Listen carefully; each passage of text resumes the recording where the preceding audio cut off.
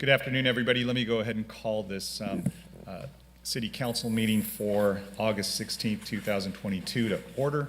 Let me go ahead and begin by making some opening remarks. Meeting is taking place with in-person attendance and by teleconference via Zoom. The public can access the meeting via the Santa Ana YouTube channel and the city's website. And as always, please bear with us as the technology may interrupt the flow of the meeting. I'm going to turn it over to the clerk so she can call roll. Councilmember Hernandez. Present. Councilmember Lopez. Here. Councilmember Mendoza. Present. Councilmember Penalosa. Present. Councilmember Fan. Here. Mayor Pro Tem Becerra. Mayor Sarmiento. Here, and let me go ahead and just ask and canvass the council if there's any members who would wish to recuse themselves or pull any items from the closed session, or actually any abstentions. Seeing none, hearing none, Madam Clerk, do you want to go ahead and give your remarks, or do we have anybody is there anybody wanting to address us? Mayor, there are no speakers in the caller queue. All right, let's go ahead and recess into closed session, then we'll reconvene when we come out. Thank you. Thanks.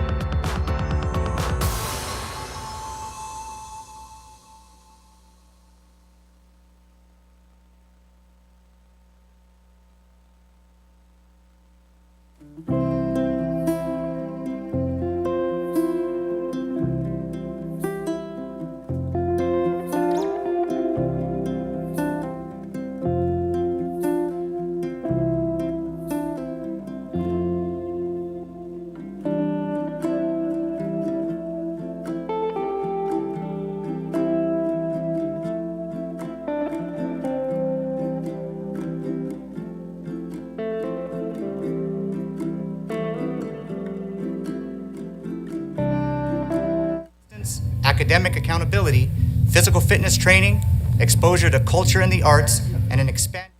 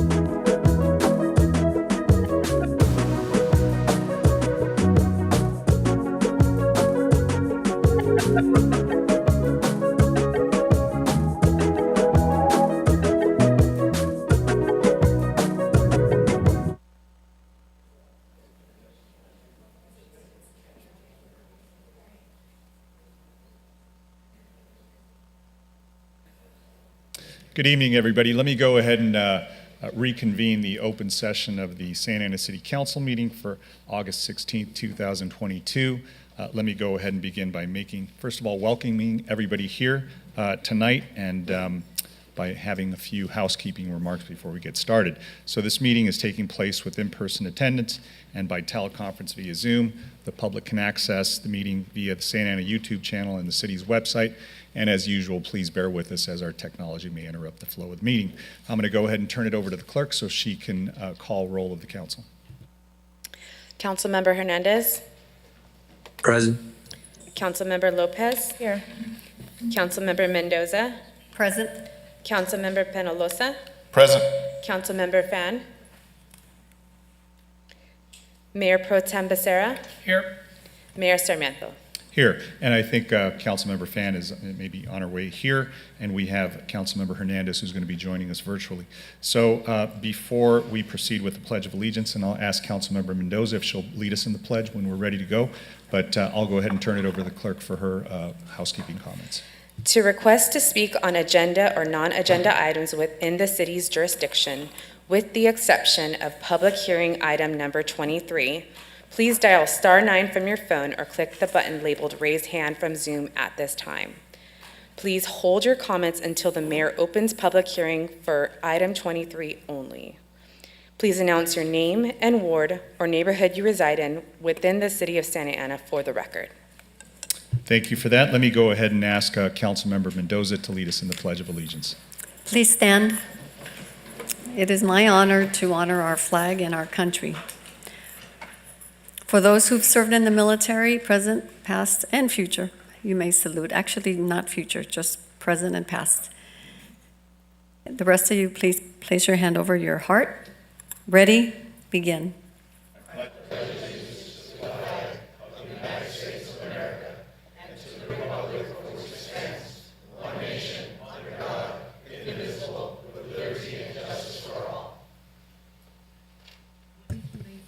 Yes, if you'll all please remain standing. We have the honor tonight of having Sean C2 lead us in our words of inspiration for this evening, and if he can approach the microphone and lead us tonight.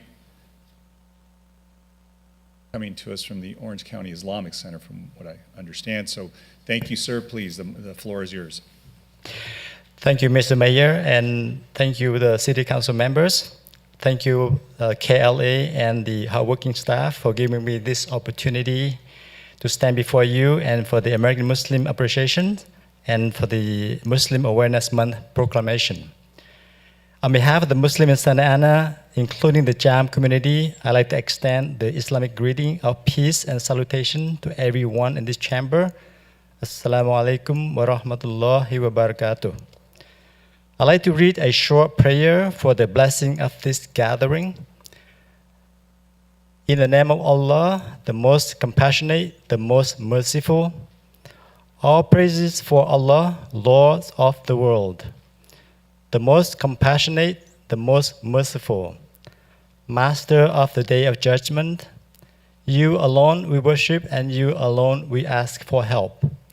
Guide us among the straight path, the path of those who have blessed, not those who have displeased or those who go astray. May God bless everyone and bless the residents of our great city. Thank you. Thank you very much. You can all please be seated. If I can have Masa Fuladi from the Council on American Islamic Relations, please join me up here in the well, and anybody else who's here from CARE, please join me up here at the front.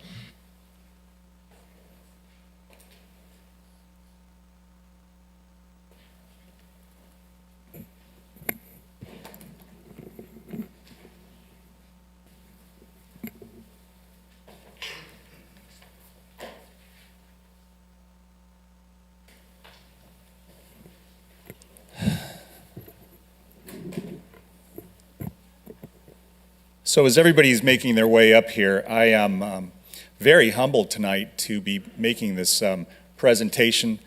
This is a proclamation that is going to be recognizing August 2022 as American Muslim Appreciation and Awareness Month.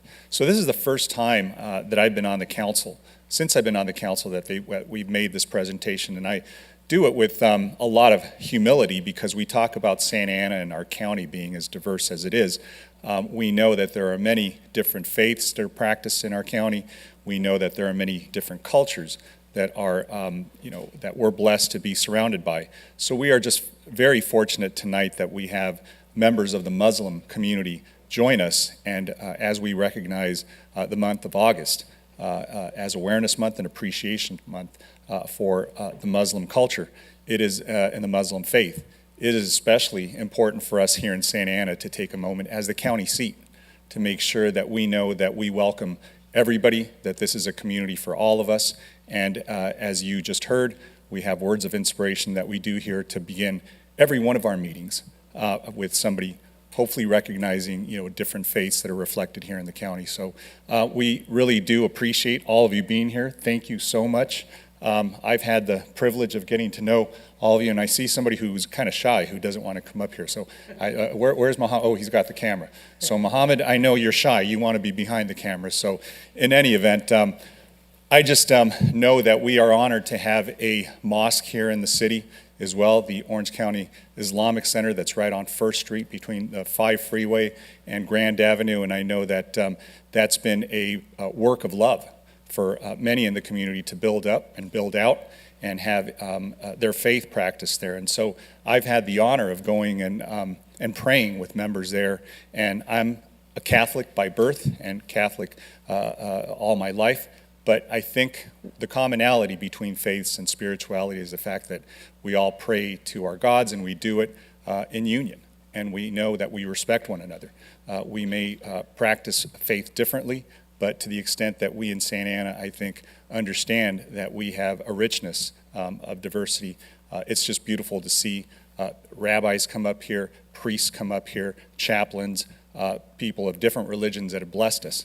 Vietnamese Buddhist monks that come and speak to us. So it is especially important tonight because I know that this community, the Muslim community, has been especially impacted by, unfortunately, acts of hate, as many other communities have. So it's important that we take a moment to uplift these communities and make sure that they know that Santa Ana is a community that we are honored to have them call them our neighbors. So let me begin by just just making a few comments on the proclamation. So American Muslims have long been part of the history here in the United States and have contributed to the production of wealth and construction in this country, dating back to the enslaved Muslim Africans who were brought to the United States under the institution of human chattel enslavement. American Muslims pursue diverse professions and make rich contributions to the social, cultural, and economic vibrancy and fabric of the United States. They have distinguished themselves by fostering greater respect and understanding among all people through faith and community services.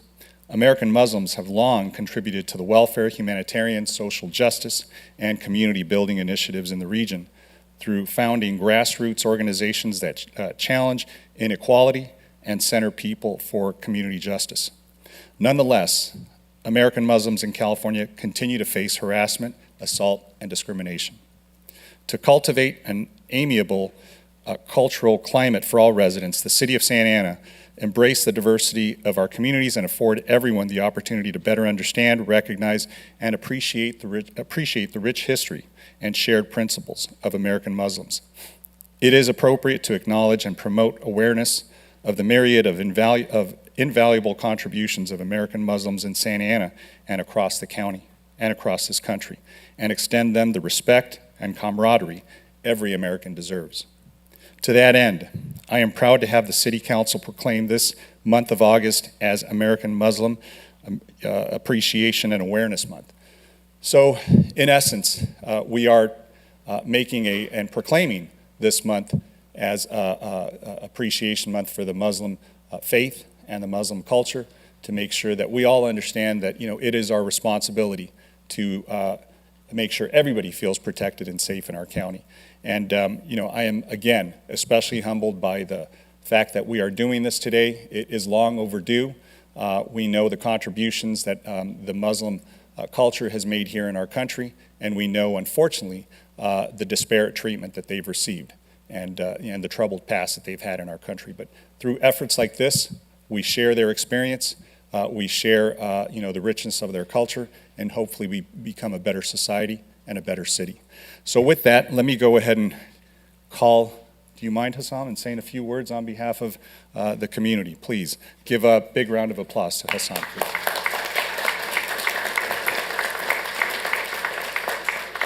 Good evening. Again, Assalamu alaikum. Peace be with you. Mr. Mayor, thank you.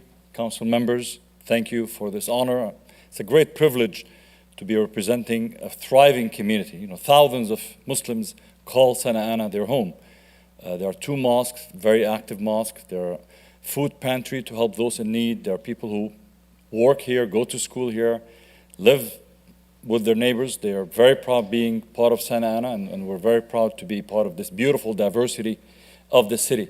We know that when we recognize and celebrate one community, that means we're celebrating all of our communities, the beautiful diversity that constitute our country and our beautiful city here, Santa Ana. So thank you for that, and we share this joy of being part of this beautiful diversity in Santa Ana, and we look forward to continue to work with our neighbors, with our city, law enforcement, professionals, to make sure that we make this city the best city, the safest city, the most affluent, hopefully, and the most prosperous. Thank you very much. God bless you.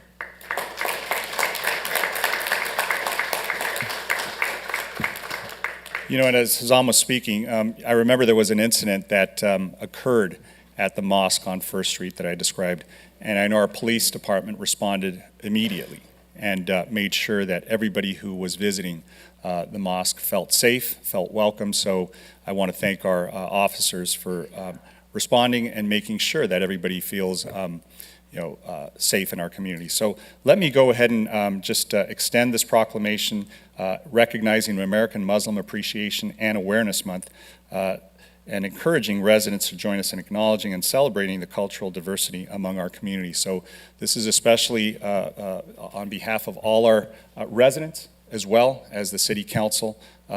Thank you so much for blessing us with the mosques, your presence, making our community richer. Thank you very, very much. Thank you.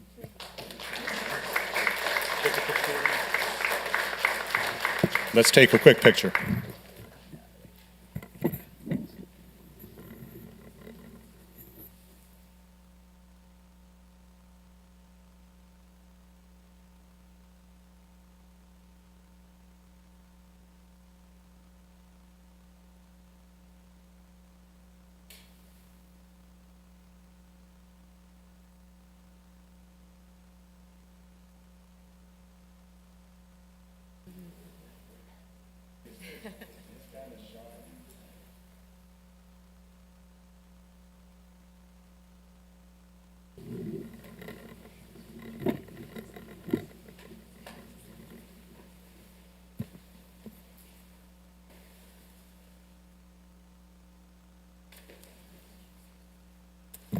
Let me go ahead and call up Mayor Pro Tem. He is going to be recognizing Santa Ana College, the 1962 football team, and celebrate their 60th anniversary and the 1962 national championship. Come on up.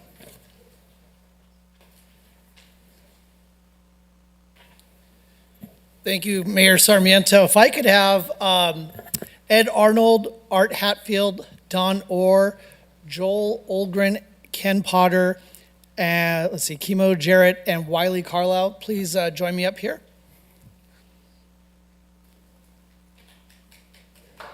Yes, please.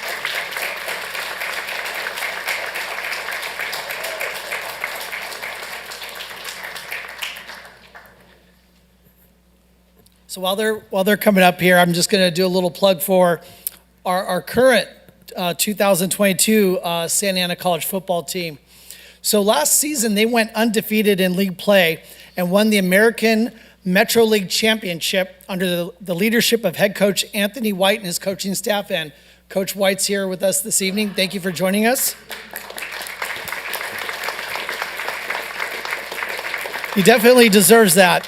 So now, 2022, they're going to begin the defense of their league title on Saturday, September 3rd at 6 p.m. at the Bowl, right here in downtown Santa Ana against Fullerton College. And that's going to be what's called the 99th Key to the County game, which for many, that is actually the oldest rivalry community college football game in all of California. So for the 99th meeting of these two teams, shouldn't be missed. So if you could, come on down September 3rd at the Bowl. Now, we talked about the 2021 team and we talked about the 2022 team, but Santa Ana's football program over the years has been very impressive. They've had 19 league titles and 3 national championships. So tonight, we're going to honor one of those teams, and that would be the 1962 national championship team on their 60th anniversary of winning that title. Yes, please, give them a round of applause. Yeah.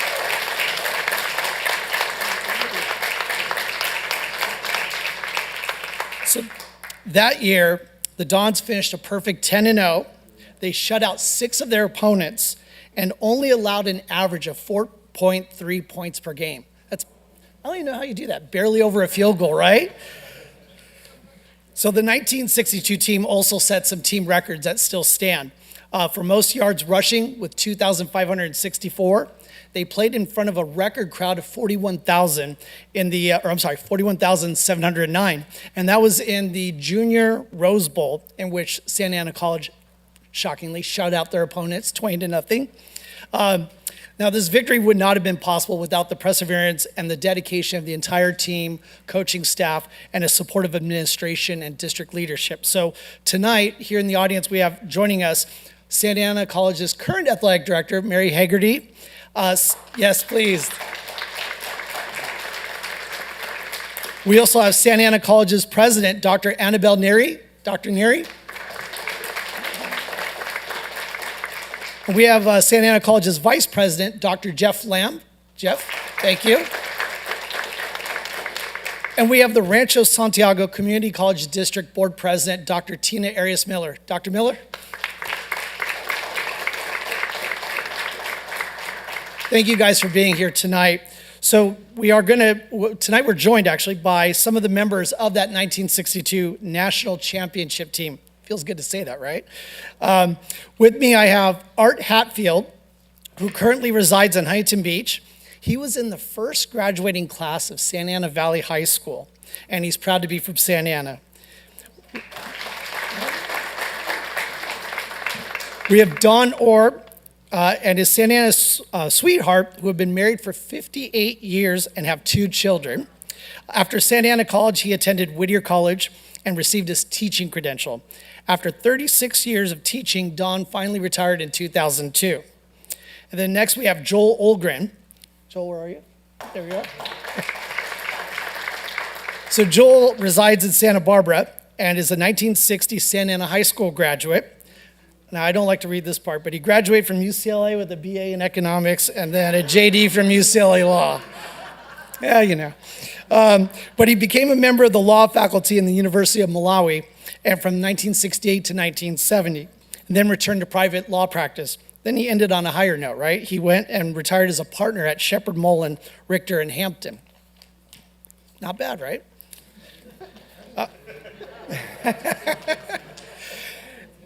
And then we got Ken Potter. Ken? There we are, Ken. Now, Ken, after leaving Santa Ana, he went to work on the waterfront as a marine clerk for the next 40 years. He has 3 children. He's a grandfather to 9 grandchildren. And just recently, the Potter family was inducted into the San Pedro Sports Hall of Fame for their sports records as a family. So 4 generations. You have Ken's father, Ken, his son, and his grandson. So I would say Santa Ana College was blessed to have that talent here with us. We had Kimo Jarrett. Kimo, are you here? Right here. All right. Now, not to brag, but he was the star defensive end for the team. He's married with 2 sons, and both are recipients of football scholarships from Cal Poly San Luis Obispo. He's been in the insurance and finance industry since 1995. And then we have Wiley Carlisle, where's Wiley? There he is. So Wiley, He received an athletic scholarship and teaching credential from Whittier College. He taught and coached at Santa Ana High School for 35 years, teaching U.S. history and coaching football, baseball, and track at his alma mater. He says that Santa Ana helped him live his dreams. I mean, that sounds like a heck of a dream. So thank you for what you did. Right.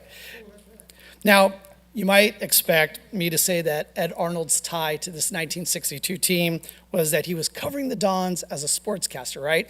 Given, his 30 years both on radio and television. We all know him.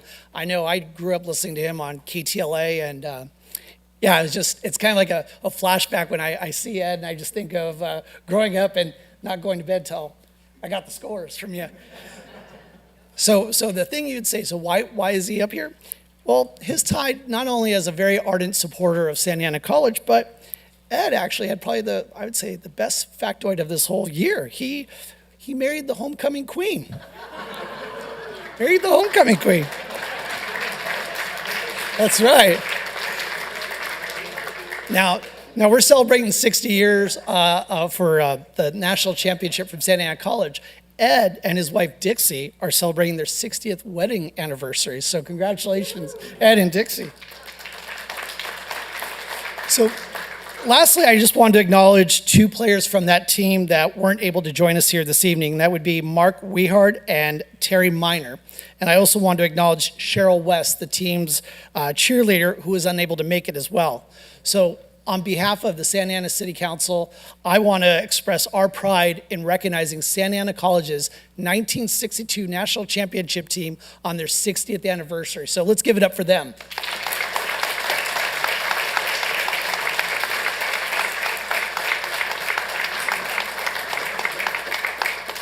So, when you have an expert in the room, you've got to let the expert shine. And since I'm looking over at Ed Arnold and I've got a microphone right here, Ed, would you like to come up here and take over for a sec?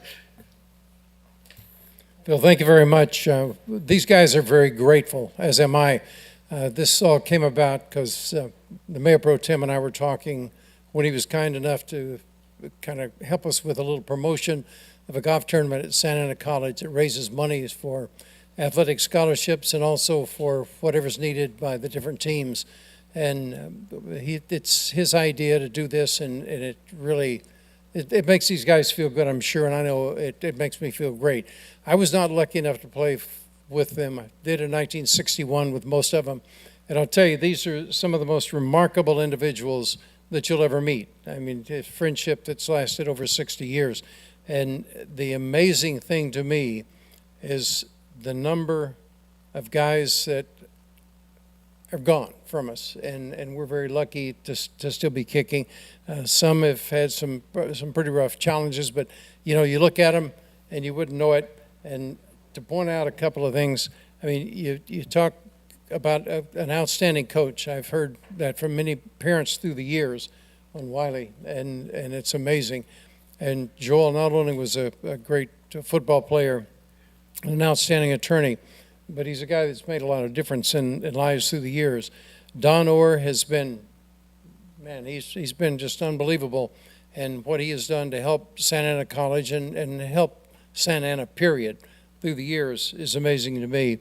And then Mr. Potter is just, I was lucky enough to host a number of years the induction at the Sports Walk in San Pedro. I was not this time when his family was honored, but I'll tell you something, the reputation they have as a family and the difference that they have made has been amazing through the years.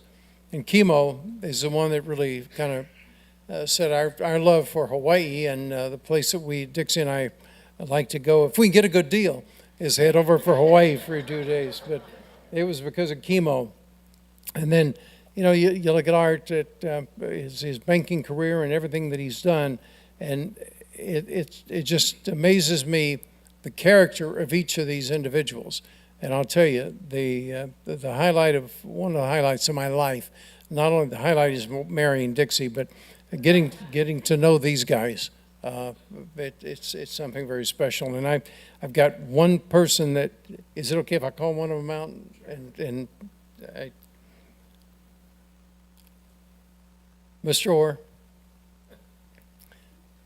Don is when he was an outstanding quarterback, and then he kind of got the short end of the stick in some respects because of some of the Marines that wound up being recruited. I was one, but I was not the good one.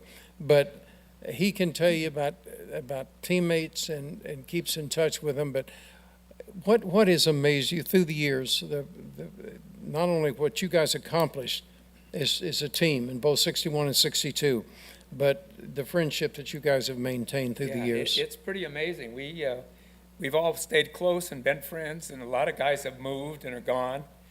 But we all kind of stay in touch with each other. So we love Santa Ana College. Thank you, kind Thank sir. you. I appreciate it very much. And I know that you've got other things to do, and we'll get us out of here. But again, Mayor Pro Tem, we thank you very much because I appreciate everything you've done for our guys and for Santa Ana College. And thank you so very much. Appreciate it. Can we get a picture?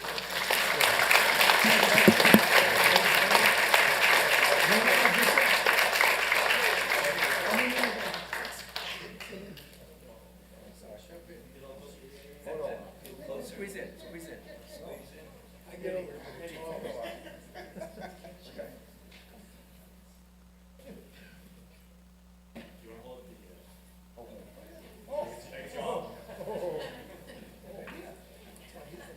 That's why you're the photographer. What a guy.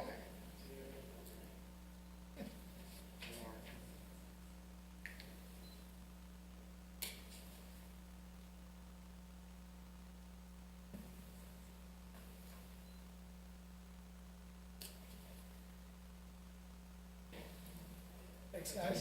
Thank you.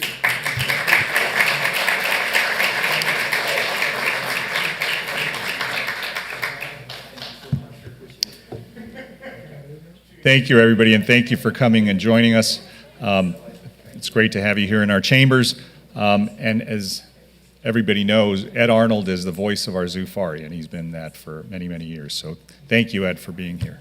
Let me go ahead and call Councilmember Lopez up and have her make her presentation to Gustavo Hernandez, if Gustavo can come up here and join us. And I'll turn it over to her.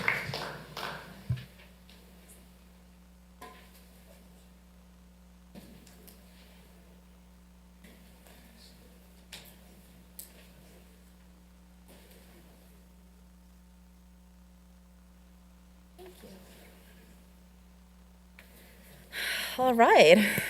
So, good evening, everyone. We're here to present a certificate of outstanding contributions to one of my favorite writers that is born and raised in the city of Santa Ana, Gustavo Hernandez. And in 2021, Moontide Press published Gustavo's first book of poetry titled Flower, Grand and First. And we were actually very lucky to hear him recite one of his poems from that book not too long ago, and it was very beautiful. And the book is a coming-of-age story with poems that deal with Gustavo's experiences of growing up here in the city. And the book received great critical acclaim and was featured in the Orange County Register, the LA Times, as well as various academic publications such as the Harvard Review. And on several occasions, Gustavo has partnered with local bookstores to facilitate free poetry readings, workshops for the community, and frequently gives inspirational presentations to middle school and high school students here in the city of Santa Ana. And he is a product of our SAUSD school district, SAUSD, and he attended Lincoln Elementary School, Carr Intermediate School, and Santa Ana Valley High School. And his poems are widely published in many national and international publications. His poem, Marte, was personally selected by the United States Poet Laureate, Ada Limon, and was featured in her poetry podcast, The Slowdown. So there's another podcast recommendation from us to you. And many of his poems deal with grief after the loss of a loved one. And he is a firm believer that creative expression is a valuable tool in the healing process and encourages those he meets to explore their grief through creative writing And we're very proud of you, Gustavo. Thank you for working with not just our local school district, but for not forgetting your roots and for working with our youth and understanding that when there are resources invested in our community, we thrive. So thank you.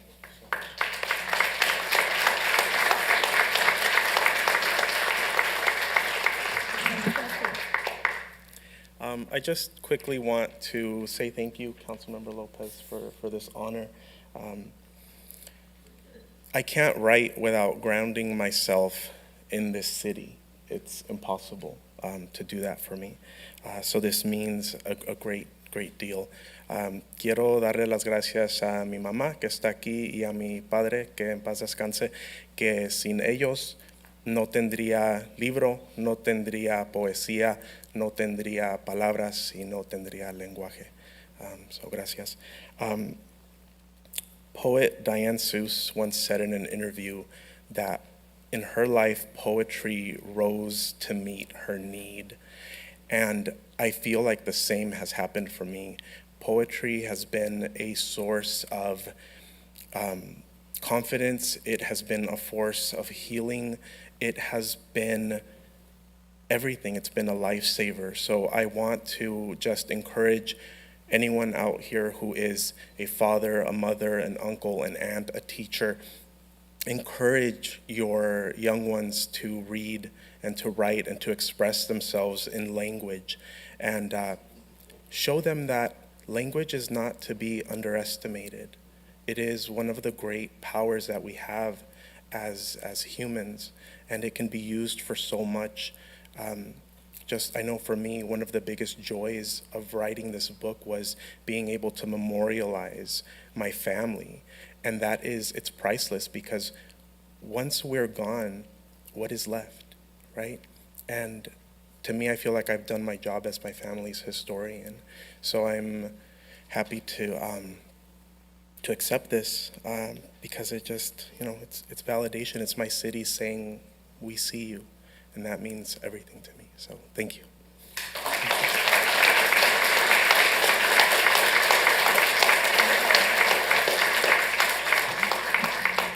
right.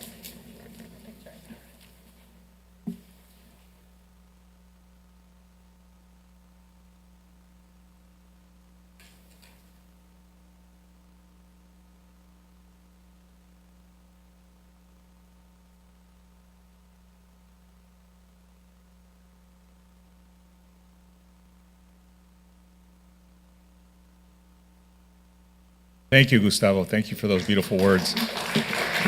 Let me now go ahead and call on Councilmember Mendoza, who is going to be recognizing Leonel Flores. Good evening, everyone. Unfortunately, Mr. Leonel Flores is not able to be here with us, but I wanted to publicly award this certificate of appreciation. Mr. Flores was in the Arts and Cultural Commission. So Santa Ana's boards and commissions are advisory groups that study specific policy areas and report to the city council about the work they do when they meet together.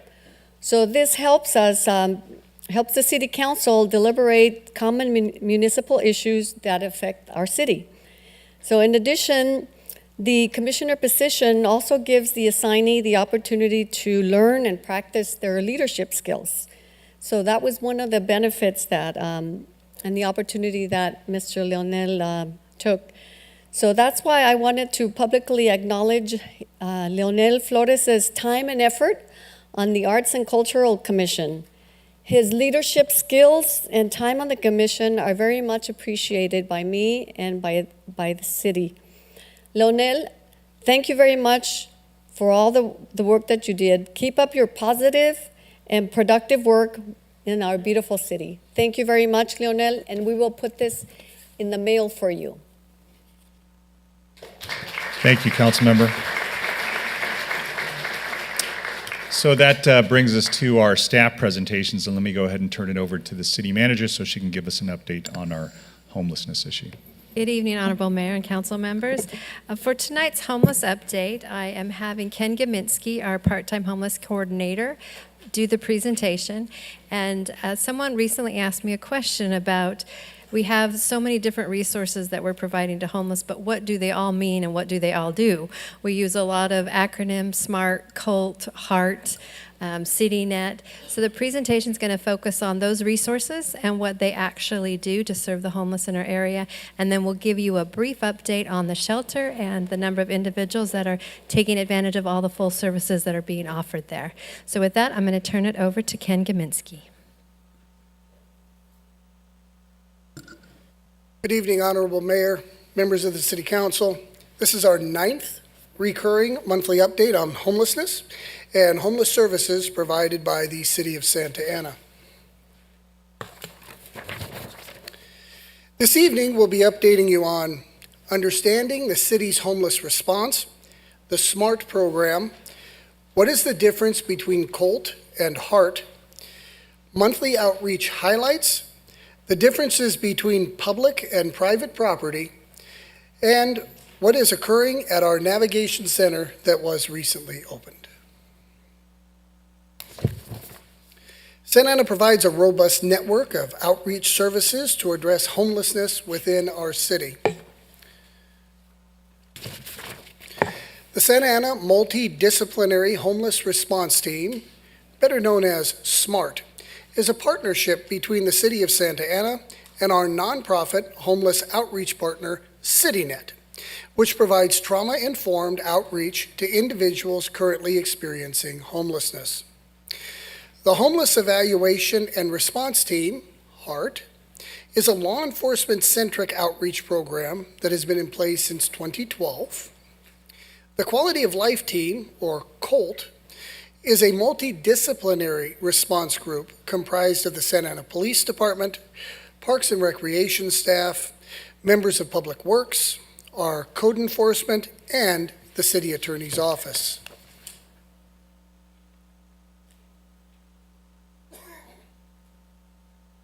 SMART provides trauma-informed care services to address homelessness in Santa Ana, reports into the My Santa Ana app and the community call line go directly to teams in the field, diverting these calls that don't require a public safety response from police and fire.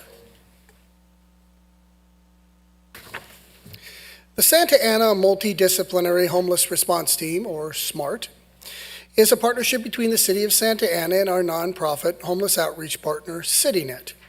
The team works 7 a.m. to 9 p.m. 7 days a week and is made up of outreach workers, mental health clinicians, nurse practitioners, and plainclothes private safety officers. SMART utilizes trauma-informed care to work with our homeless population on a daily basis to provide pathways to end an individual's homelessness.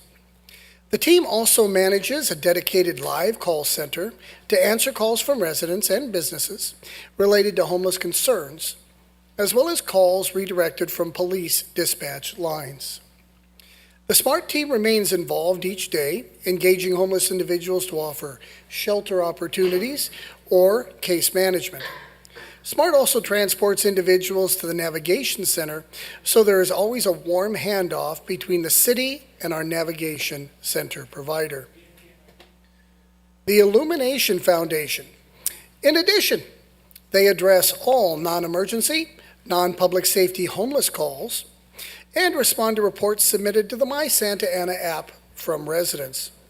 The City of Santa Ana would again request all residents to utilize the My Santa Ana app so as to maximize the SMART team responses while minimizing their driving time throughout the city.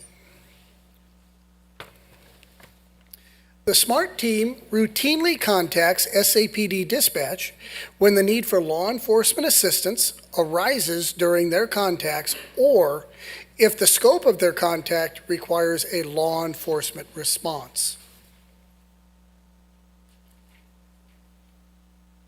During the month of July, SMART continued operating throughout the entire city, engaging 939 contacts, with 196 of these contacts being new individuals. SMART exited 67 individuals off the streets of Santa Ana during July.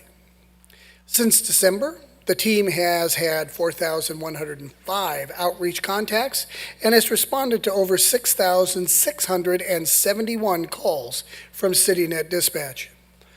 Success stories range from assisting an individual into a residential treatment facility for mental health and substance abuse, transporting a woman and her dog to the navigation center after she was found living in her car, reuniting a young man back with his family in Charlotte, North Carolina, and arranging for all return flight documents for a mother and her 2 toddlers who came to the area from Peru to receive medical assistance for 1 child.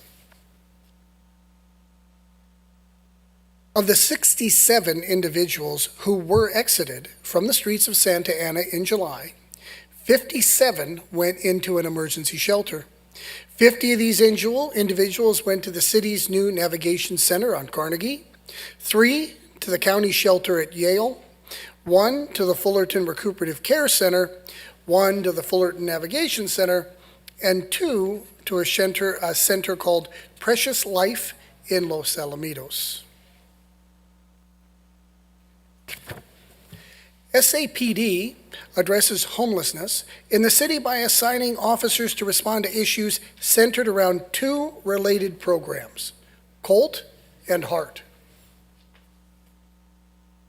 In November of 2012, the police department's Civic Center detail launched the Homeless Evaluation Assessment Response Team to address homelessness in the Civic Center area as well as throughout the city. All police personnel assigned received over 16 hours of specifically designed mental health training for first responders to offer outreach and mental health resources. The police department recognized at that time that the criminalization of homelessness was not a long-term solution to the pervasive issue. But law enforcement is an integral part of the solution. HEART officers make unique connections with homeless individuals, offering options outside of incarceration.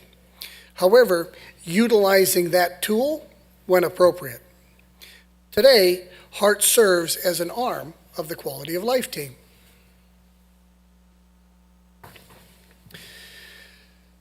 The Homeless Evaluation Assessment Response Team continues as part of the COLT program to this day. Officers assigned to this detail focus exclusively on the most vulnerable and hardest to serve. These are the individuals who have severe and chronic mental health or medical issues that preclude them from entering shelter. The officers work long and hard to assist these folks off of the streets and into various different treatment options. It is always a huge success story for these officers when an individual they have been working with for a very long time finally exits the streets or receives housing. The Quality of Life team, also known as COLT, was established in 2018 as a 30-day pilot program. Comprised of a core of city employees from various departments, the team's chief mission is to respond to complaints from all parts of the city, addressing unlawful encampments, abandoned property, and to offer housing, mental health, and other services concurrently. Reports come into these field teams through the My Santa Ana app. Prior to the team's creation, city departments each dealt with homelessness issues in silos. The Quality of Life team was successful in bringing a cohesive group together to work collaboratively and more effectively in the field when addressing encampments and providing services. The 30-day program was so successful, it's now a best practice and a standard Santa Ana response. Again, COLT was designed to address encampments and large-scale cleanups, as every deployment is resource-heavy. In July, COLT continued its daily coordinated responses throughout the city. The COLT program contacted 216 individuals currently experiencing homelessness, providing outreach services as well as enforcement action when necessary. They conducted 572 cleanups of various sizes, performed 74 arrests or issued citations for various offenses, and placed or assisted in the placement of 21 individuals into shelter.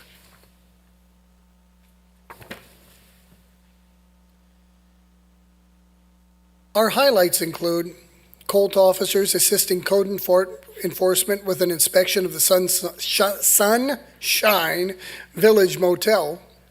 During the inspection, officers located 188 fentanyl pills, 28 Xanax pills, and 0.75 grams of powder fentanyl. Based on the officer's investigation, one of the subjects admitted to possessing the fentanyl with the intention to sell and was arrested and placed in the Santa Ana jail. Union Pacific Railroad finally assisted Colt in a cleanup on the tracks behind South Minnie in July. 30 individuals were contacted north of Edinger Avenue. 16 were taken into custody for warrants and/or narcotics-related offenses. 2 were taken to the Carnegie Navigation Center, and the remainder were issued warnings for being on the tracks. Union Pacific Railroad crews were able to clear the tracks of all trash and debris. An in-service training was held for social workers at OC Global Medical Center. The training provided referral information services for individuals that were experiencing homelessness and due to be released from the hospital. This was held to prevent or minimize the amount of individuals being exited from the hospitals to the streets of Santa Ana. The training was presented by Colt, CityNet, and Homeless Services staff. Lastly, a large-scale cleanup of Santiago Creek under the 5 freeway overpass was also conducted. That consisted of crews from the City of Santa Ana, CityNet, the California Highway Patrol, and Caltrans. Another cleanup is scheduled for August. The Public Works Agency continues to conduct routine encampment cleanups within city storm drains and flood control channels. Additionally, barriers to prevent trespassing, such as installing steel grates over storm drain pipes, as shown above, right above slide 15 number, and new fencing are being implemented. During the next 4 months, approximately 6,500 feet of new security fencing will be installed along city stormwater channels. Who should respond? SMART, HART, law enforcement, Colt. SMART is the city's frontline responders to individuals and small groups of homeless individuals. SMART, HART, or a general law enforcement response will be utilized when individuals experiencing homelessness are involved in crimes of public disorder, depending upon the intricacies of the call for service. Colt responds to large-scale encampments or cleanups, designed to work extensively with outside city resources like Caltrans, railroads, private property owners in general, and outside law enforcement resources. SAPD addresses homelessness in the city by assigning officers to respond to issues. That's not right, we'll skip that. Let's talk about what the difference between public and private property is. Public property refers to property owned by the government or its agency, rather than by a private individual or a company. It belongs to the public at large. Examples include parks, streets, sidewalks, libraries, schools, playgrounds that are used regularly by the general public. Private property is a legal designation for the ownership of property by non-governmental legal entities. Private property is distinguished from public property, which is owned by a state entity, and from collective or cooperative property, which is owned by a group or non-government entities. So what's the difference? The city has jurisdiction to address all homeless-related issues on public property owned by the city, but not public property owned and maintained by other government entities, such as other cities, the County of Orange, the State of California, and the federal government. Jurisdictional issues often arise on public property as entities routinely push complaints from one entity to the other. The city must consistently work with outside entities such as Southern California Edison, Caltrans, CHP, Orange County Sheriff, Orange County Public Works, the Army Corps of Engineers, etc., to ensure other governmental entities maintain their property. Needless to say, these other government entities often do not place the same sense of urgency on these issues. This leads to frustration among our residents and the city as a whole. For example, the top picture illustrates past encampments along the Santa Ana River. This is public property owned and maintained by the County of Orange. Santa Ana worked with the County of Orange to address this issue. The second picture illustrates the now cleared homeless encampment in the Civic Center. Santa Ana was responsible for this issue. The third picture depicts Santa Ana police officers engaging individuals along railroad tracks. Railroad tracks are not public property, but private property. That property must be maintained by the private property owner.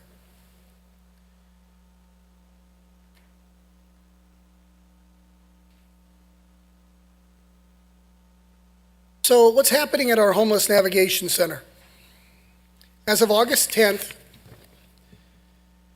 there are 96 guests residing. This includes 12 families with a total of 13 children, ranging in age from 7 months to 15 years of age. The highest census count to date was on July 24th with 114 guests. The COVID outbreak that came just after this date reduced the number of individuals on site, and intakes were not allowed for several days. This again is why our numbers have dropped. In July, one guest was successfully housed into her own apartment.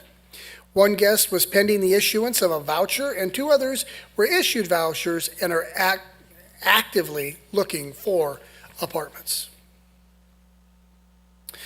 Events that took place at the Navigation Center in July include 17 referrals were made to mental health treatment, and 7 medical appointments were completed on site. Since the site opened, they've completed 73 medical appointments on site. COVID tests are conducted weekly for both staff and guests. Members from the Messengers of Recovery Motorcycle Club spoke with Navigation Center guests candidly about their experiences with addiction, homelessness, and incarceration in hopes to offer inspiration and encouragement. The speakers urged guests to pursue a 12-step recovery program, with each of the bikers recounting his own life story, complete with mistakes and sins, at times capturing the attention of the audience and drawing nods, chuckles, or even gasps. Alcoholics Anonymous and Narcotics Anonymous classes are offered on site, as well as parenting classes and a new Day Hab program. The Day Hab program is a Cal AIM funded program contracted by Cal Optima. The Day Hab program started July 1st, consists of independent living skills programming designed to prepare program participants for living independently in community-based housing. The programming generally falls into the following categories: financial management, interpersonal skills, coping skills, health management, job skills, behavioral health, and housing navigation. Classes that are offered on site once a week for all clients on a rotating schedule.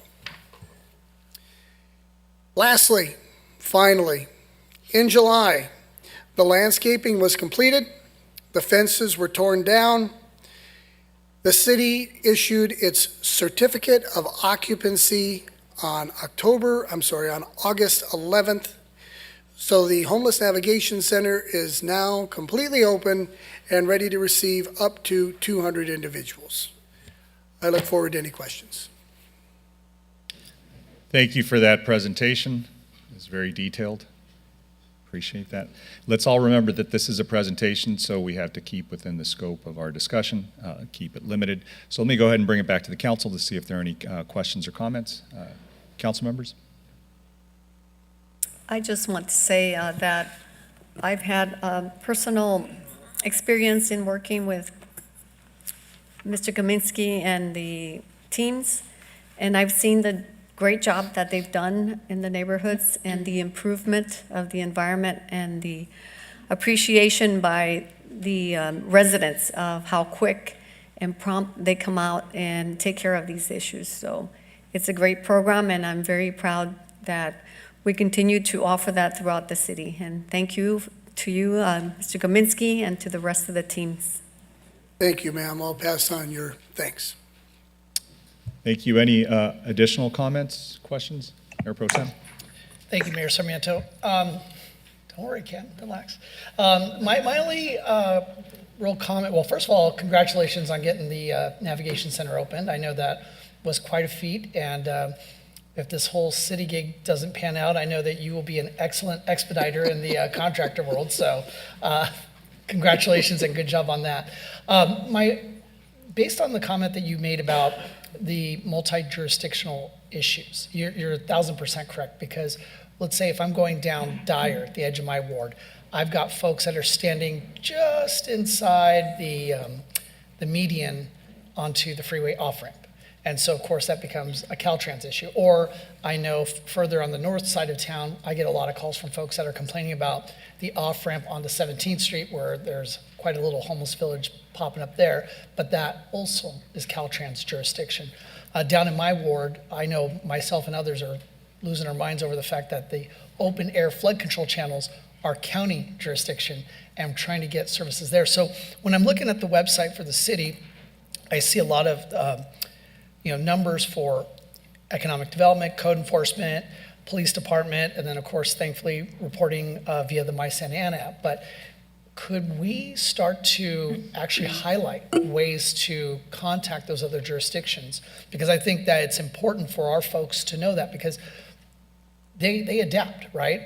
They, as in our residents, they adapt. So they know that if we're talking about an off-ramp, they're not going to continue to call PD unless, of course, they can't get through to the other agencies. But a lot of times, they don't even know where to begin with some of these agencies. I know right now, I wouldn't know where to begin trying to get the county out there other than to call our local electeds, which I want to thank Supervisor Foley for helping us. She's been really responsive, but we still have the persisting problems. So I would just ask that we promote that information for our other jurisdictions, share the love, if you will.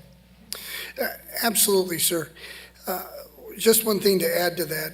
When we run into difficulties with other jurisdictions, we are starting to move forward if another government entity will allow us onto their property to take action and provide some of those cleanups instead of waiting 3 months for somebody from a state entity to show up, and then we're turning around and looking for ways to bill the state entity for the cleanup. So we're trying to find ways to push other entities to be more responsive to our residents here. But based on what you've said, I will speak to staff and we'll see what we can do to take care of that. But one last comment, and to your point about the cooperation with these other jurisdictions, I wouldn't be opposed to us looking at exploring ways to where we could provide the service, we the city, in a way that we would be compensated for. In other words, if we could respond to, let's say, an off-ramp, if we can get there more quickly and the state would compensate us. I mean, we're blessed that we have electeds up in Sacramento that are responsive to us. So I think maybe having those conversations with them, because while our electeds are responsive, we know that Caltrans is not so much. And so I would like to possibly explore that both with the state and the county, because as I mentioned earlier, the open air flood control channels in my ward are county jurisdiction. And I know Supervisor Foley has been able to budget 2 more sheriffs in the county budget, and that's wonderful. But unless those 2 sheriffs are just constantly circling up and down Flower and up and down Sunflower, we're not going to see the level of response that I know that our PD and our COLT team could provide.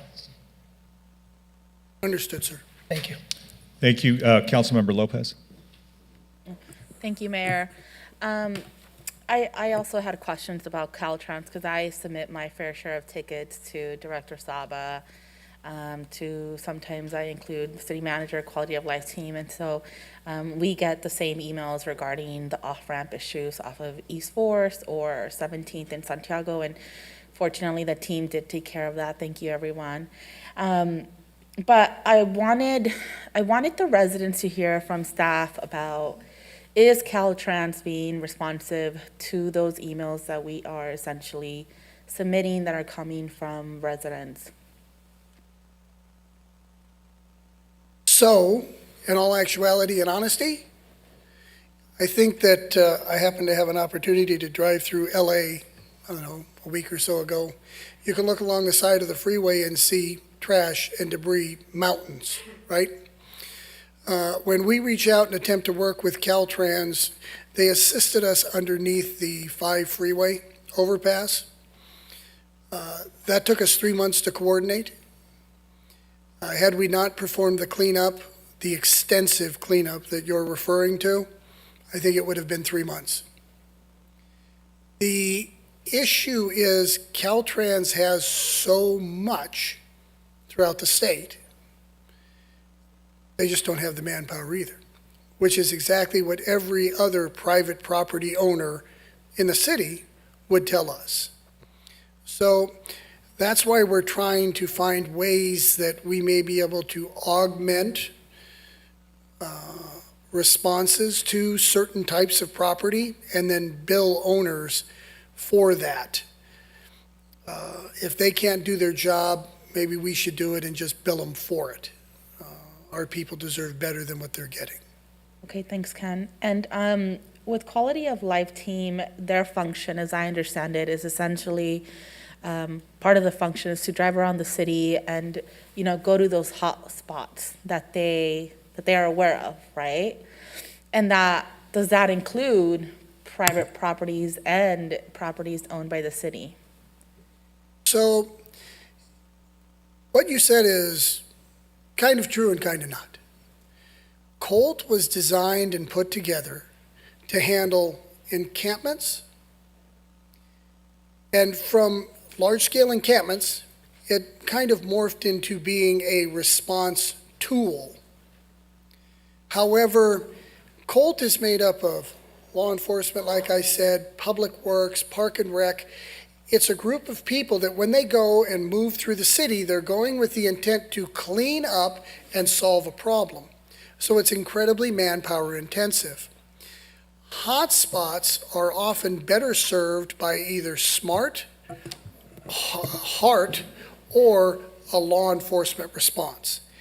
Colt is truly responding to a myriad of My Santa Ana apps every day. Because we know by looking at the pictures, a majority of the My Santa Ana apps need cleanups associated with whatever kind of intervention is occurring. Okay. Does that help? Yes and no, because I think I think people have an understanding of Colt that it doesn't matter where this issue is located, that they will respond. And so I think there's a little bit of confusion there in terms of what can Santa Ana residents expect when they call the Colt team.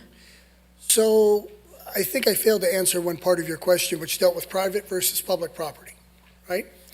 There was a public property restaurant that had been closed for some time. And with that, there was a large amount of homeless activity occurring on the property.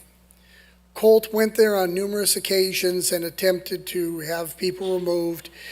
Colt, by way of code enforcement and the city attorney's office, understood that this was a matter of trying to hold a property owner accountable for their property. As such, code enforcement and the city attorney's office worked with the property owner and said, you're either going to provide security, you're going to provide fencing, you're going to do something to secure your property because it's your property. Now, through those efforts, the property has been completely fenced. The amount of homeless-related activity in that area has dropped dramatically, and the problem has been pushed from the private property out onto the sidewalk, where now we can have law enforcement, SMART, and heart working on those individuals who are still remaining in the area. But that's an example of a private property location that the city doesn't have a lot of control over, but it's going to work with property owners to ensure that they do what they're supposed to do on their property. And if that issue gets pushed out back onto the public sidewalk, then it becomes our issue again. Is that helpful? That's helpful for Okay. me anyway. Another question I had is when residents are sending emails and they're saying, hey, we need help now, and the response is, sorry, we're too busy, what should residents do? So the average response time for SMART, even though some people disagree, the average response time, I think, is a little over 32 minutes. If you have an emergency situation, you still have to call 911. But if you're calling for a homeless-related issue, that's going to be a low-priority response from the police department. So we're trying to use SMART resources to go out and go to these areas quicker. But if it's an emergency, I need help now, then it's still a 911 call. But we have to understand we do have limited resources in this city, and they're going as fast as they can. All of the different teams are truly going as fast as they can. And by limited resources, you mean SMART, quote, heart? Yes. Okay. That's going to be it. Thank you. Thank you, Councilmember. Any other questions or comments on this presentation from the council? Councilmember Fan? Thank you. Thank you for the presentation. It was very helpful and really great to see all of the hard work that everybody's been doing. So, you know, that's where we are trying to invest our dollars, trying to address the issue, quality of life issues. My question is, I'm not sure if it's more for you or Nabil, but it is related to homelessness because some of these issues are related to infrastructure, right? The calls that I get, the emails that I get is related to homelessness. 95% of it is related to the channel, the Greenville channel, Centennial Park channel. So you were talking about public property and jurisdiction, right? And the issue of, well, we maintain and own Centennial Park, but the channel right on Centennial Park is owned by the county. And so I know that Madam City Manager, you and Daisy Perez have and brought forth, you know, the fencing along, I think, the underpass, right? And that was to help alleviate, it was an infrastructural change to alleviate homelessness and encampment. So what other areas, or is this within your jurisdiction to talk about how do we invest or how do we get our partners to invest on infrastructure changes that might help alleviate these types of response times? Because what we're doing is we're reacting to consistent, you know, we clear an encampment or we try to get the trash out and then 2 weeks later people are back and it's a cycle, I guess. Excellent question, Councilmember Fan. And we do have ongoing dialogues in that area. So Nabil works very closely with the county. He's even done some joint field trips out to look at it, and he shares what he put on as our storm drain covers, suggesting it, you know, this material really works, maybe it's something that you can try. We try to engage in those dialogues with all of the various public entities. It's just an ongoing challenge and a complex problem. Other infrastructure things we do evaluate, you know, include different landscape materials, different bus benches and all of that, but sometimes that isn't very well received by a lot of the public. So we are always looking for solutions that does include infrastructure changes. Right, and I brought this up because, you know, we're talking about lack of people power, right? We can only have so many people respond. It takes time. You have to engage with the individual. A response can be a few minutes to several hours if there's a lot of need or health issues. And so I guess I wanted to put that out there to our residents too, who are hearing this presentation and this conversation, these questions, that our other agencies, like Mayor Pro Tem brought up, it was Caltrans, obviously we have the county, they too are, partially responsible for they're responsible for the property that they have jurisdiction over. And we can't, and please someone correct me if I'm wrong, but we can't expend dollars to put up a fence where we don't have jurisdiction. We can't spend $1 million to fence off all of the Greenville Channel with the fencing material we would prefer, because that would potentially be, we can't trespass on their property, right? And so I wanted to put it out there because as everyone does come to the city to talk about these issues and we're working on it, I hope that you too will come to the county and our other sister agencies to ask that they also participate and work with us. Thank you. Thank you for that. Any additional questions or comments? Councilmember Hernandez, okay? Yes, he's okay. Thank you. Thank you. Seeing none, thank you for the presentation. We appreciate it. One of the things I just want to remind everybody as we wind this up is that, we aren't the agency vested with this responsibility. So this has been litigated. So a lot of what we've spoken about are issues that have been asked and unfortunately answered in the negative. But I would just continue reminding staff just to keep a log of what's being expended. And I know we're probably right around $25 million a year that we dedicate to this issue that, again, should be handled by our county agency, and so it's not. So we have to, do what we can with the resources that we have, and those $25 million really should be going to other municipal functions and core city functions. But it is going to be an ongoing process, and in the meantime, we can't not do anything about it, so that's why those monies are being dedicated. But hopefully there'll be a change across the street, and there'll be a different way of looking at it. I know Supervisor Foley's office has been very receptive to seeing what the county can do to work with cities closer, and she, as a former mayor of a city that's been impacted, I think has a better understanding and has been a very, very welcome change in conversations about this. So that being said, thank you for the presentation. Let me go ahead and ask Madam City Attorney or Mr. Funk if you can speak on whether or not we have anything to report out of closed session.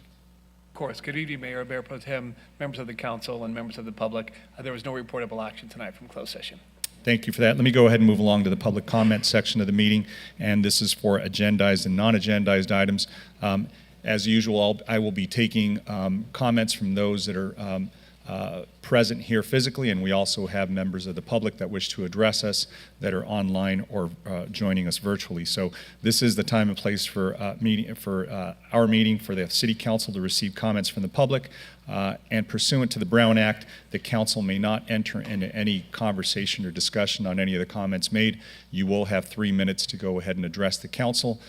There is no, it's not mandatory that you use all 3 minutes. In fact, I've heard the most effective comments are the most concise comments. Please go ahead and state your name. You don't have to give us your physical address. You can let us know what ward you reside in if you reside here in Santa Ana. And we will, again, hear from members of the public that are here physically. I have a stack of cards. Many of you are here on item number 22. Simply say, if you're one way or the other, feel free to do that, and we can get through this a lot quicker. I'm going to go ahead and turn it over to the clerk so she can make some comments to those that are online. Speakers on the queue may provide their comments on agenda or non-agenda items within the city's jurisdiction. When unmuted, please announce your name, ward, neighborhood that you reside within the city of Santa Ana for the record. To request to speak, dial *9 from your phone or select raise hand from Zoom now. Before unmuting callers, I would like to begin by reporting the following summary of emails provided today.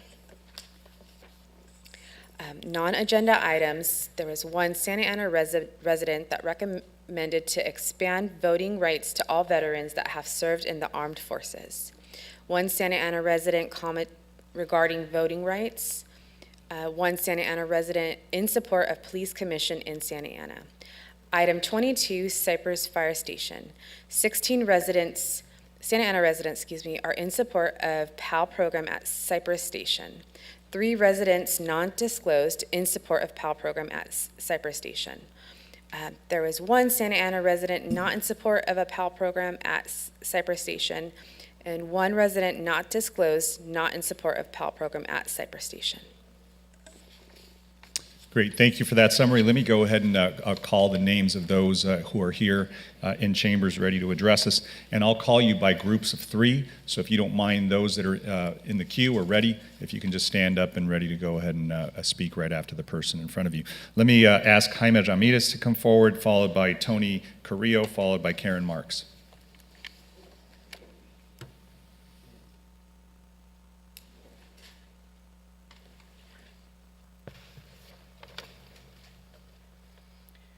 Good evening, Mayor, City Council members, and staff.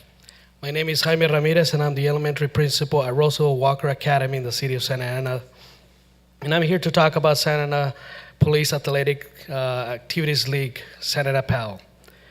Santa Ana PAL is a crime prevention program that employs educational, athletics, and recreational activities to create trust between youth and law enforcement. As someone who has collaborated with Santa Ana PAL for over 10 years, I can say without reservation that Santa Ana PAL is an authentic program that's sole purpose is to bring the community together and provide different programs to our Santa Ana students. When I was an assistant principal at Jackson Elementary School, I was able to witness how Santa Ana PAL brought an innovative lunch fitness program to the school. Due to the success of the program, Jackson Elementary School was recognized with a California Golden Bell. When I was promoted to principal at Roosevelt Elementary School, I immediately reached out to Santa Ana PAL and brought the program to my school. After 1 year of implementing the lunch fitness program, my physical fitness test scores increased from 37% to 85%. Aside from our lunch fitness program, last year Officer John started a girls softball team, the Bumblebees. When I had the honor to experience firsthand the impact it had in our students and our families, it was amazing to see the involvement and excitement of our families and my staff during the games. The Bumblebees created a fire that cannot be extinguished. Our community wants more, our students want more, and I, as the principal of Roosevelt Walker Academy, want to provide my students all the opportunities they deserve. For this academic year, Santa Ana PAL will be opening another one of its centers in our Roosevelt Walker Community Center, where in partnership with the city we'll be providing tutoring to our students, as well as provide more opportunities for our students to join other sports, take art classes, and many other activities.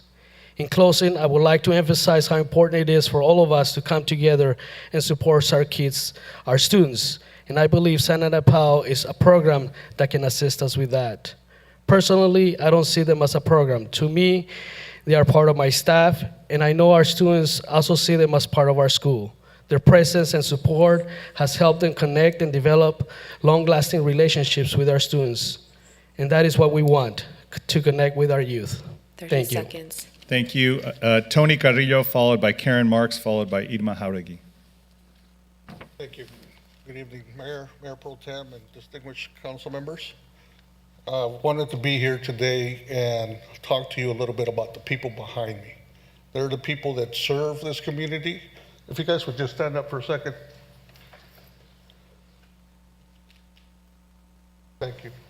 I wanted you to take a quick look, because these are the guys that go out and make sure that your water is safe to drink. They make sure your streets are clean. They run the programs that you want to do. They're how your vision is taken care of through the city. They're your ambassadors to our community. They're part of this community. They live in this community, most of them, and they love this community like you do. They come from this community like most of you do.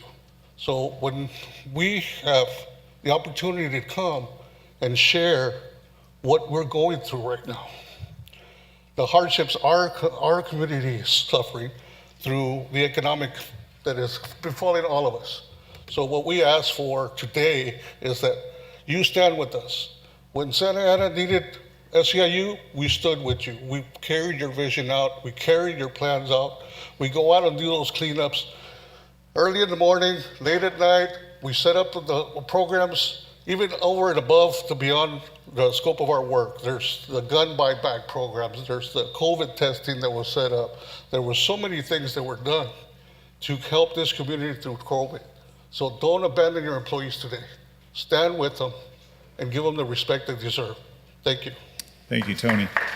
Karen Marks, followed by Irma Jauregui, followed by Gloria Jauregui.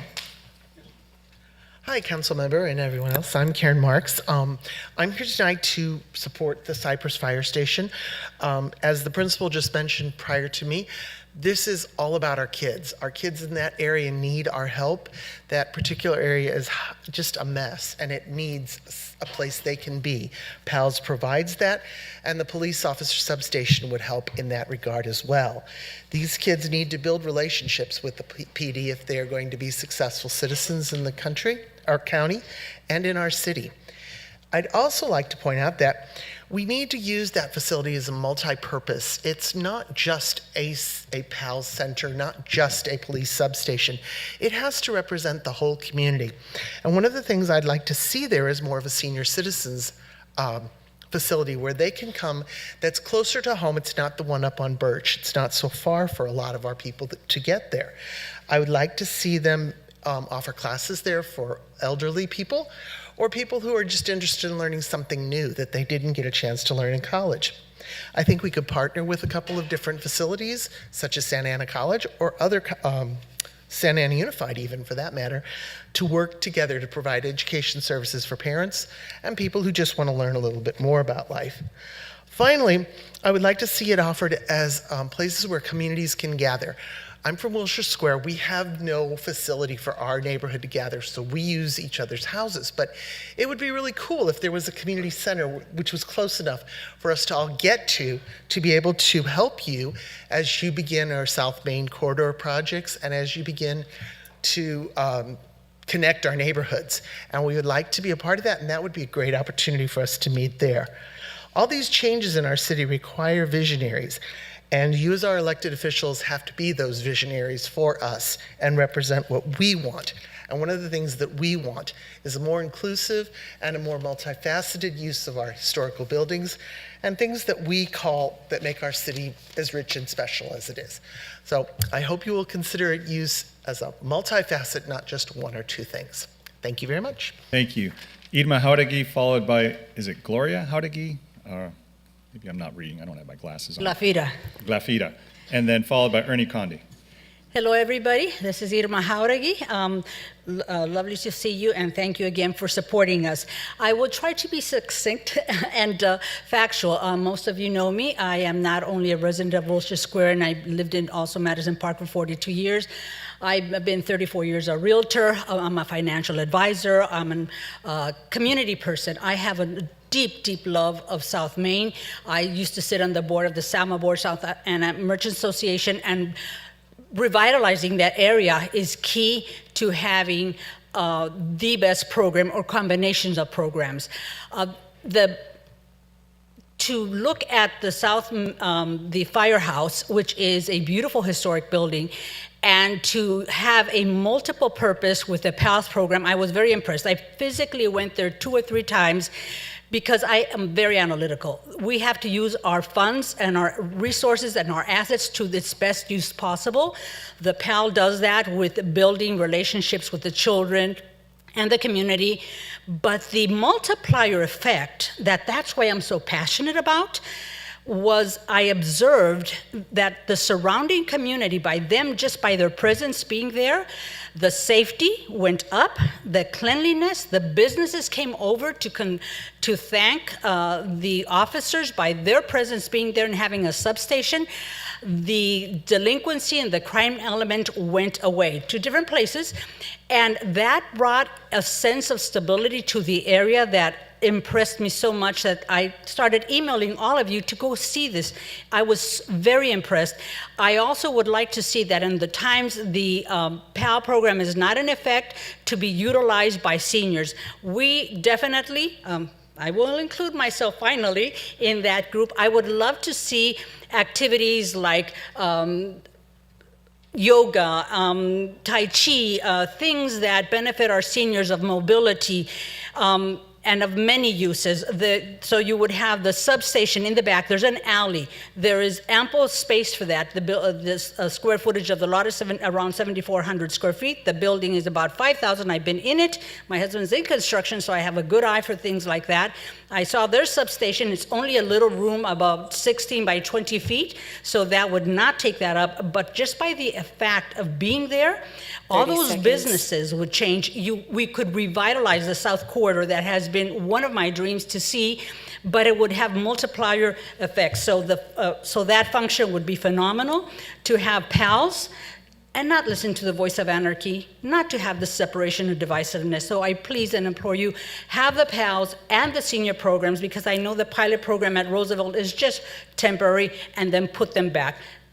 Thank you so much. The other programs are phenomenal. Your cousin is very talented in art and in music, but this is the best use of that property. Thank you. Glafira Jauregui, Ernie Conde, and Tina Miller.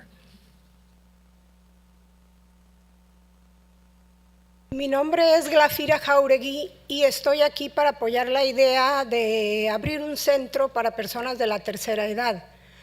En mi experiencia trabajando por varios años con personas de la tercera edad, sé cuánto esto les ayudaría. Además, esto ayudaría al vecindario porque las propiedades que no están teniendo un buen uso dan lugar al vandalismo y a los malos hábitos de las personas de la calle. Entonces yo creo que esto es muy benéfico para la ciudad. Ojalá esto de construir un centro para personas de la tercera edad no quede nada más en una idea. Gracias. Gracias.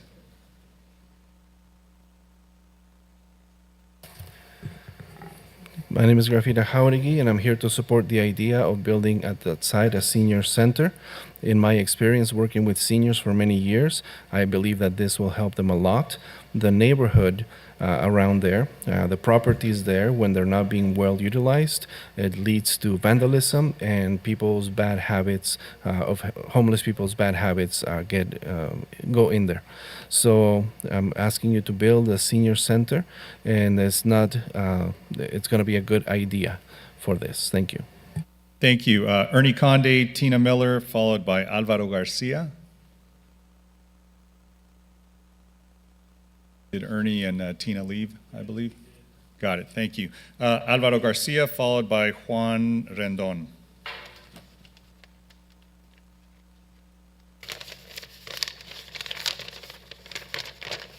Ready? Hola, buenas tardes. Mi nombre es Álvaro García y literalmente vivo a unos pasos del programa PAL. Gracias a las personas que han hecho posible este programa, después de que empezaron mis hijos a estar en este programa, siempre tienen el interés por llegar temprano, al cual les gusta nunca retrasarse. Yo quisiera que este lugar fuera más grande, que apoyara a los niños de mi vecindario, ya que yo los he visto, yo de mi propia, los he mirado haciendo travesuras, rayando paredes. Si este programa fuera más grande, creo que hasta acabaríamos con la delincuencia. Este programa es la llave para mejorar mi comunidad. Cuando empezaron a renovar las instalaciones de este programa, mis hijos estaban muy emocionados. Me decían, ya miraste, pa, ya casi están listos. Cuando lo estuvieron listos, ellos querían estar practicando, hacer deporte. A ellos les gusta mucho el béisbol. El deporte y el estudio, la mejor combinación. Cada que ellos tienen un juego, están emocionados. Si el oficial John está presente, ellos se esfuerzan más. Lo estiman y lo respetan, lo mismo que yo. Cada domingo vamos a mirarlo a él en sus juegos de béisbol, y mis hijos, uno de mis hijos le ayuda, es el bad boy. Yo lo considero al oficial mi familia. Yo agradezco a las personas que lo eligieron a él. Es lo mejor que le ha pasado a mis hijos y a mi familia y a mi comunidad. Él ha hecho posible la presencia de más policías en mi comunidad, ya que solo la presencia de un solo policía impone mucha autoridad y respeto, a lo que agradezco infinitamente. Yo siempre he estado preocupado, pues recuerdo que apenas hace unos meses hubo un muchacho disparó sobre la calle donde todos los días mi esposa con mis hijos transitan hacia la escuela. Es un camino muy peligroso. También recuerdo que hace unos meses mi vecino solo fue a llenar su garrafón de agua, su garrafón de agua, y lo asaltaron, le pusieron un desarmador. Es muy peligroso mi barrio y ahora la presencia de policías es mejor. Estoy muy agradecido por esto y pues quisiera que nos ayudaran más a que mi barrio estuviera mejor. Gracias y que Dios los bendiga. Gracias.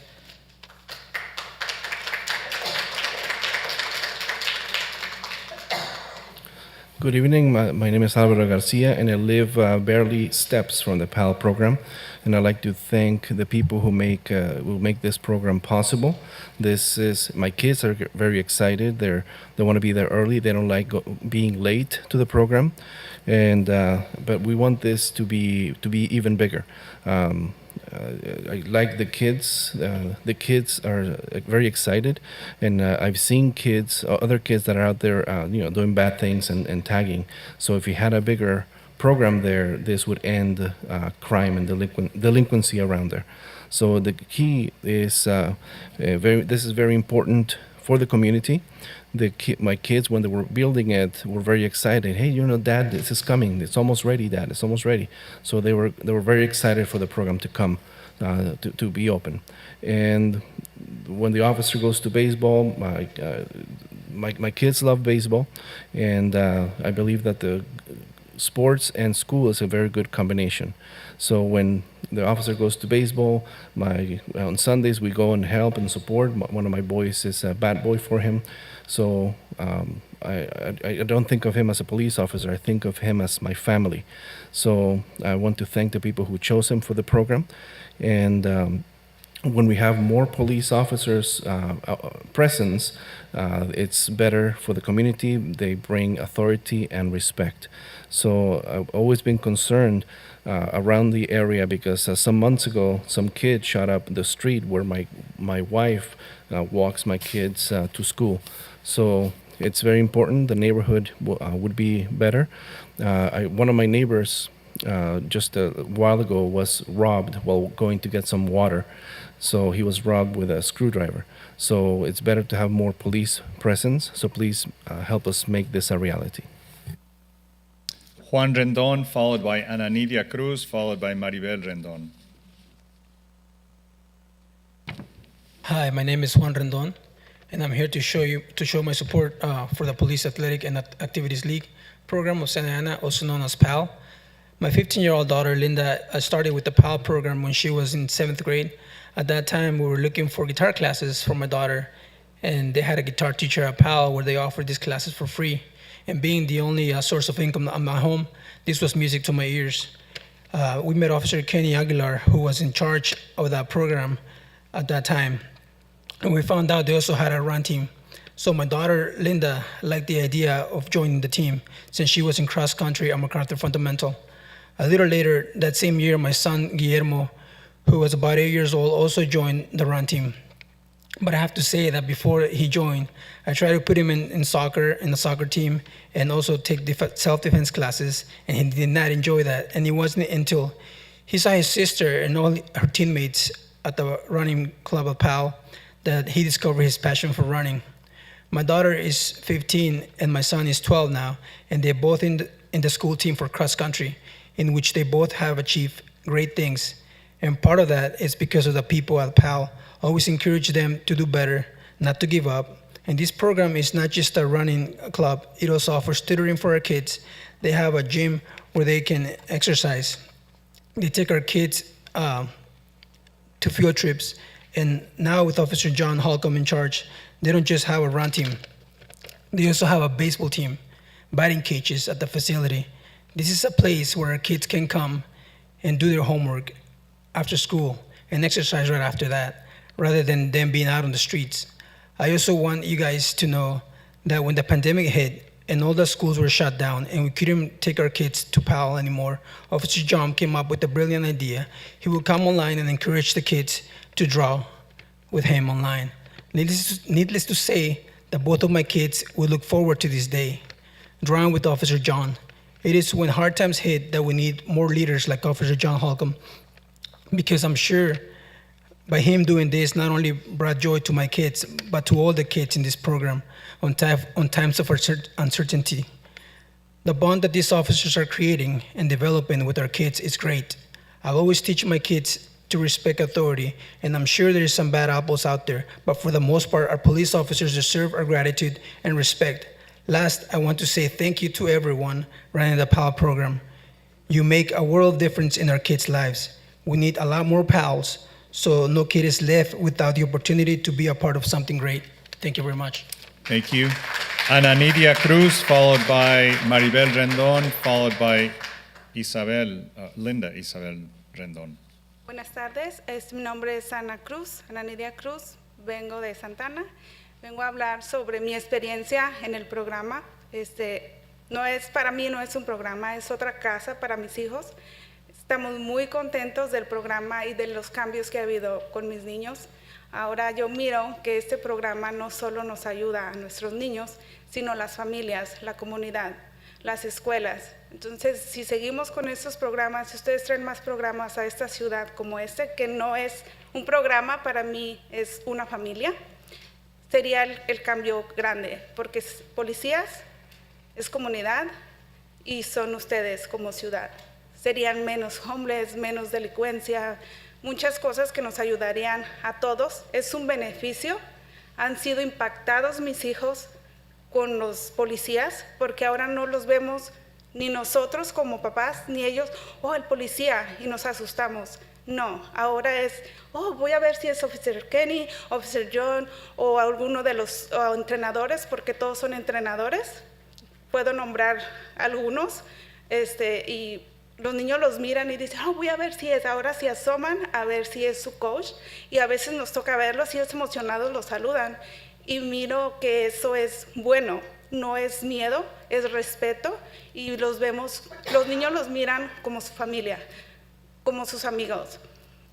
Todos los que trabajan en el programa PAL son muy buenas personas, se preocupan por nuestros hijos. Si los miran preocupados, ahora los conocen, que toman el tiempo para hablar con ellos, que es algo que creo que solo los papás lo hacemos, pero los niños pueden arrimarse con ellos y no solo los escuchan, sino los aconsejan. Que es mi experiencia. Ahorita Officer Kenny, que fue el que conoció a mi hija, la está apoyando mucho, la pucha y es su mentor para ella. Y ahora con Officer John es lo mismo. Los 3 de mis hijos lo quieren, lo respetan, no solo a él, sino a todos los que han sido coaches y siempre están al pendiente de ellos. Las muchachas, todos, ahora yo lo nombro la familia PAL, no el programa PAL. Para mí es la familia PAL. Me encantaría que tomaran en cuenta este programa y abrir muchos más para que seamos más familias beneficiadas. 30 segundos. Y bendecidas. Bendizcan más nuestra ciudad que es Santana. Gracias. Gracias. Good evening, my name is Ana Lidia Cruz, and I'm from Santa Ana, and I'd like to talk about my experience with the program. It's not actually a program, it's more like another home for my kids. I'm very happy with the changes that they've been having. It's not just beneficial for the kids, the families benefit, the community benefits, or the schools benefit as well. We need to have more programs like this. Again, it's not a program, it's like a family to me. These changes have been great. The police is the community, and you are part of this community. And if we have more programs like this, we would have less homelessness and less crime. The kids are very they're not intimidated by the police. They're not afraid of them. They come up to them. Officer Kenny, Officer John, all the coaches that are there, because they're all coaches to them. And they get very excited when they see them. They said, "Is it Officer Kenny? Is it Officer John?" So they're not afraid. They respect them, and they're more like a family. They're our friends. The PAL program is great. The people at the PAL program are great. They're concerned If they see our kids that are worried or something, they check in on them. How are you doing? They give them some advice. And even Officer Kenny is mentoring my daughter, and Officer John too. They're all my 3 kids, and all the girls there are part of the PAL family. It's not a PAL program. I call it the PAL family. So we need to open more of these programs, a bigger program, so that you can continue blessing the city of Santa Ana. Maribel Rendon, followed by Linda Isabel Rendon, followed by Vanessa Badillo. Hi, my name is Maribel Rendon, and I am a mom of 2 kids in the PAL program. I would love to share some of our wonderful experiences we've had with this program. I first came across with this program on Facebook, found free guitar classes. I said, wow, that's awesome. I'm gonna take my kids. I'm a stay-home mom, so we depend on only one income. But I said, it's not too close, but I'm willing to make the drive in order for my kids to learn how to play the guitar. When I got there, I never knew that program was there, and I never knew all the stuff that they offer there. And once my daughter got in the program, she was also starting MacArthur, and she grew up without playing sports as little, but once she got into MacArthur, she realized she loved running. And so we realized PAL was offering a running club, and it was just the perfect fit. She loved it, and she grew there, and not too long after that, my son realized he loved running too. And so they both have been in PAL for quite a few years and are both now in their schools in cross country and track. And they just been great. And we have great mentors there, starting with Officer Kenny. When we first met him, we thought, wow, the police is doing this, but it's just pretty cool, you know? And it came so easily to talk to them, you know? We didn't see the uniform, we didn't see that. We saw another human being caring for our children. And that is so awesome. To be able to bring that to other families, to our community, would just be great. I want the blessing that I have to be a blessing to other kids, to our community, to other families. I can tell you that they make the effort to be there. My daughter had a play at school, Officer Kenny was there. My daughter had a cross-country meet, he was there. And when the pandemic hit, they made it fun for them to do crafts online. They provided everything. And I just want to tell you that they do wonderful, wonderful job. And the connection, the bonds that they do with our kids has no price. And I just would love to see that to other kids and families. Thank you. Thank you.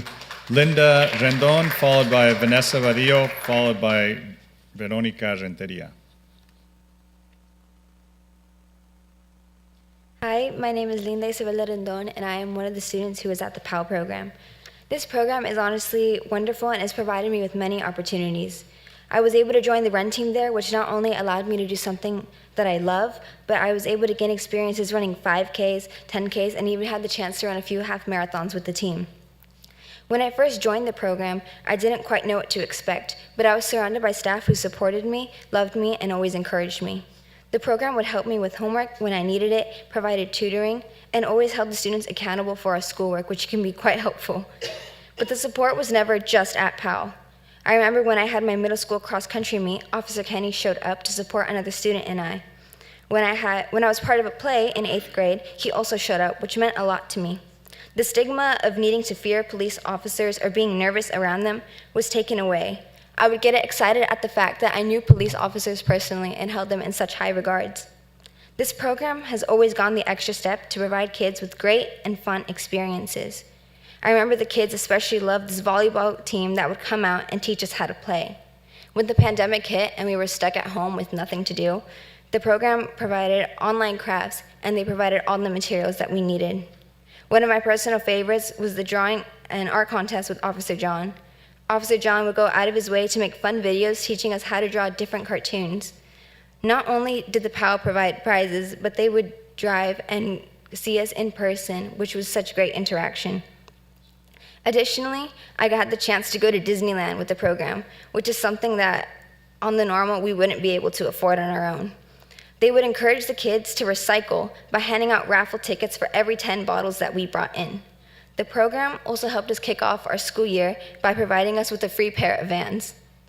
The PAL provides so many things, from the run team to baseball to, even when school is out, a summer program for the kids. We get to know police officers personally and respect them, which can get rid of all the negative stereotypes that we hear by the media. I've gotten to know and respect all the staff and police officers that work with PAL. For all these reasons, the opportunities, the experiences, the support, and overall fun provided, opening another PAL program would be so beneficial to the families and children in our community. The PAL is unlike any other program, and I want to thank each and every staff member and police officer I have encountered there. I was encouraged, supported, loved, and I hope that other kids get to experience what I have. Thank you. Thank you. Vanessa Badillo, followed by Verónica Renteria, followed by Ricky Renteria. Buenas tardes, mi nombre es Verónica Rentería y vengo a contarles mi experiencia con el PAL. Yo tengo 3 hijos en este programa y mi problema era que mi hijo más grande estaba teniendo problemas en la escuela. Yo fui a varios lugares para que él tuviera la oportunidad de mejorar, pero no podía mejorar porque él era se estaba volviendo agresivo. Y fui, busqué ayuda y encontré este programa de PAL donde me dieron la oportunidad de que mi hijo estuviera ahí. Yo fui, hablé con el oficial John y le dije lo que estaba pasando con mi hijo, el problema que yo tenía con él. Él habló con mi hijo y desde entonces mi hijo mejoró en su comportamiento, en sus calificaciones. Ahora tengo 3 hijos en el PAL y están muy contentos los 3 porque este programa es completamente diferente a los demás. Tiene todo lo que ellos necesitan, tiene disciplina, responsabilidad, respeto, y aparte pueden tener los deportes que ellos necesitan y eso les ayuda para que ellos no anden en pandillas y para mejorar nuestra comunidad más que todo, porque como son nuestros niños, es el futuro de nuestra ciudad y ellos son los que tienen que mejorar desde chiquitos y este programa les ayuda bastante. La policía hace un gran trabajo con ellos porque ellos al ver que está involucrada la policía son más responsables. El personal de PAL también les ayuda bastante y ellos los quieren mucho, son como una familia para ellos. Mi hijo, el más pequeño, recuerdo que me decía, ni crees que yo voy a ir a este programita, y ahora es el primero que está ahí. Muchas gracias, eso es todo lo que yo les quería decir. Gracias.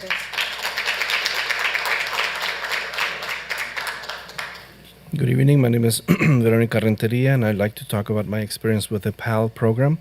I have 3 kids, and my problem was with my oldest.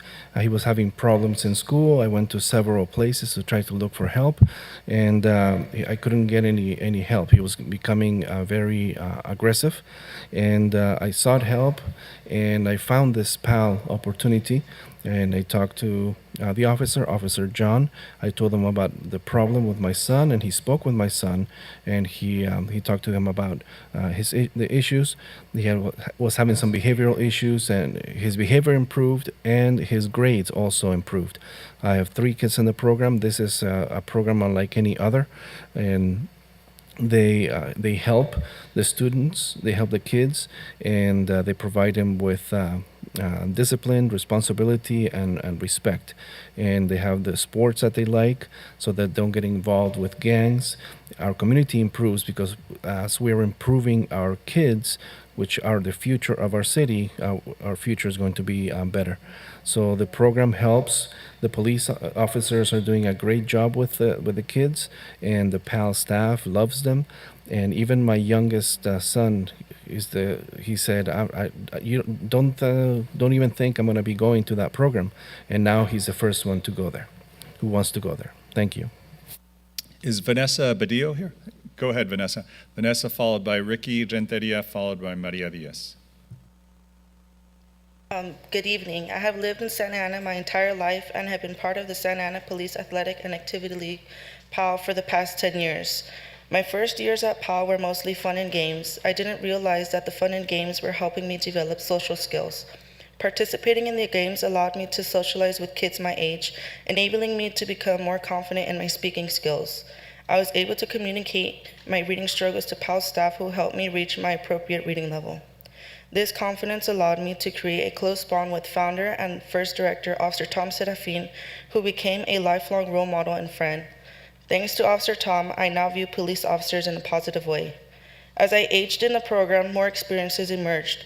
PAL's partnerships with different outside programs taught me to play musical instruments, the importance of the lifeguard program, how to prevent forest fires, and how to keep our beaches clean. I became more independent during field trips because I had to learn to become self-sufficient by ordering my own food, being patient and punctual, and budgeting my spending money. PAL monitors student grades every 6 weeks and encourages them to self-advocate so they don't fall behind in school. Finally, distributions and drive experiences are gifted to families thanks to PAL's partnership with Helping Hands of Santa Ana. Coming from a one-parent household, the yearly van shoe gift, various Thanksgiving food items, and Christmas gift were a great financial assistance. In fact, the whole program is free of cost, and my family was never asked to pay a penny. My involvement in PAL evolved once I entered high school. I had to learn how to manage my time between band rehearsals and volunteering at PAL. My volunteer work was converted into an employment opportunity where I worked the past 2 summers. I chaperoned field trips, allowing me to connect with students and staff on a personal level. The more interactions I had with students, the more I understood how much the fun and games actually guide them to gain social and academic skills. Finally, working at a young age has aided me to transition into adulthood. Upon reflecting on my years at PAL, I can testify with confidence that this program is incredible because it offers so much to Santa Ana families. It provides a safe haven to all students in the program, which keeps them away from gangs and getting into mischief. Furthermore, PAL has beautified the center's surrounding grounds by creating a small student-run garden, repainting the center's exterior, and knocking down a makeshift alley, which greatly reduced the number of transients near the center. PAL's mission is upheld by the current director, Officer John Holcomb, who has transformed the center with the addition of a new arcade area, art studio, mini theater, and teen lounge. These additions are incentives for current students to continue participating in the program so that they may be added to PAL's Hall of Fame and thus become examples for others. To conclude, the Santa Ana Police Athletic and Activity League has profoundly and positively impacted the residents of Santa Ana and therefore is an invaluable program. Thank you for your time. Thank you. Ricky Renteria, followed by Maria Diaz, followed by Rafael Diaz. Hi, my name is Ricky, and the PAL program has been a help to me a lot. The time I spent there, started baseball there, had a lot of great friends there too. There's a lot of great stuff in the PAL program. They have an arcade, a batting cage. They also added a half court for basketball. They have teen lounge. They added a lot of more stuff too. It was pretty great when they added this stuff, and I enjoyed it actually. And hopefully they add more stuff in the future to the program, and it's a great place. Hopefully they open more too in the community, and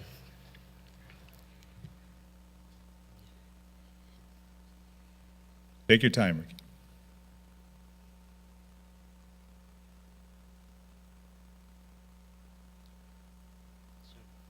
PAL program is great.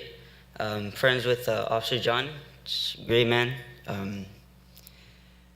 He helped me a lot with the baseball too. Coach Abel did, which is baseball coach in Santa Ana PAL. And yeah. So right now I'm currently still playing baseball, and it started because of Santa Ana PAL, so great thing for me. Thank you for your comments, Ricky. Good comments. Maria Diaz, followed by Rafael Diaz, followed by Mark Lopez, followed by Jeff Katz, if he's still here. Buenas noches, mi nombre es María. Yo, en mi experiencia del programa PAO, en realidad lo único y lo bonito de eso es quiero darle gracias a Dios, gracias a la ciudad por haber hecho realidad ese programa. Nos gustaría que abrieran muchos más centros para poder ayudar a los niños que desgraciadamente no tienen motivación para poder salir adelante. Gracias al oficial Jan, al oficial Kenny, por llevar a los niños por un buen camino, porque por ellos los niños han echadole muchas ganas, especialmente los míos. Tengo 3 niños. La niña más grande va en el 11. Ella va a la escuela Valley, ella corre. Y el programa fue muy fundamental para ellos, porque ella de ahí fue donde ella empezó, ahí creció, ahí nació. De ahí ella empezó a correr, la motivó mucho en lo oficial y gracias a Dios ella es muy buena, es una excelente niña, igual a mi otro niño, ahí va iniciando su carrera, sus pasos igual que mi hija, corriendo. La chiquita, igual la bebé, la de 6 años, gracias a Dios también ella ya va a ir al programa. Solo no tengo palabras para decir que gracias a ustedes que están aquí y han hecho realidad eso, de que muchos niños han sabido explotarse y saber que les gustan los deportes. Porque gracias a ellos y a ustedes, ellos están a donde ahora están muchos. Está el programa de béisbol, de correr, y pues espero que haya muchos programas más para ellos. Y la verdad que a un oficial no hay que tenerle miedo, al contrario, hay que tenerle confianza. 30 segundos. Porque ellos son muy fundamental en la formación de los jóvenes, porque sin ellos la ciudad fuera un desastre total. Y gracias a ellos, la ciudad se está mejorando.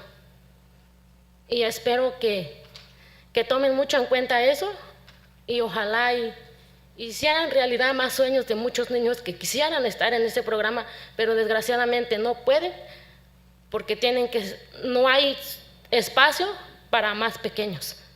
Gracias. Muchas gracias. Gracias.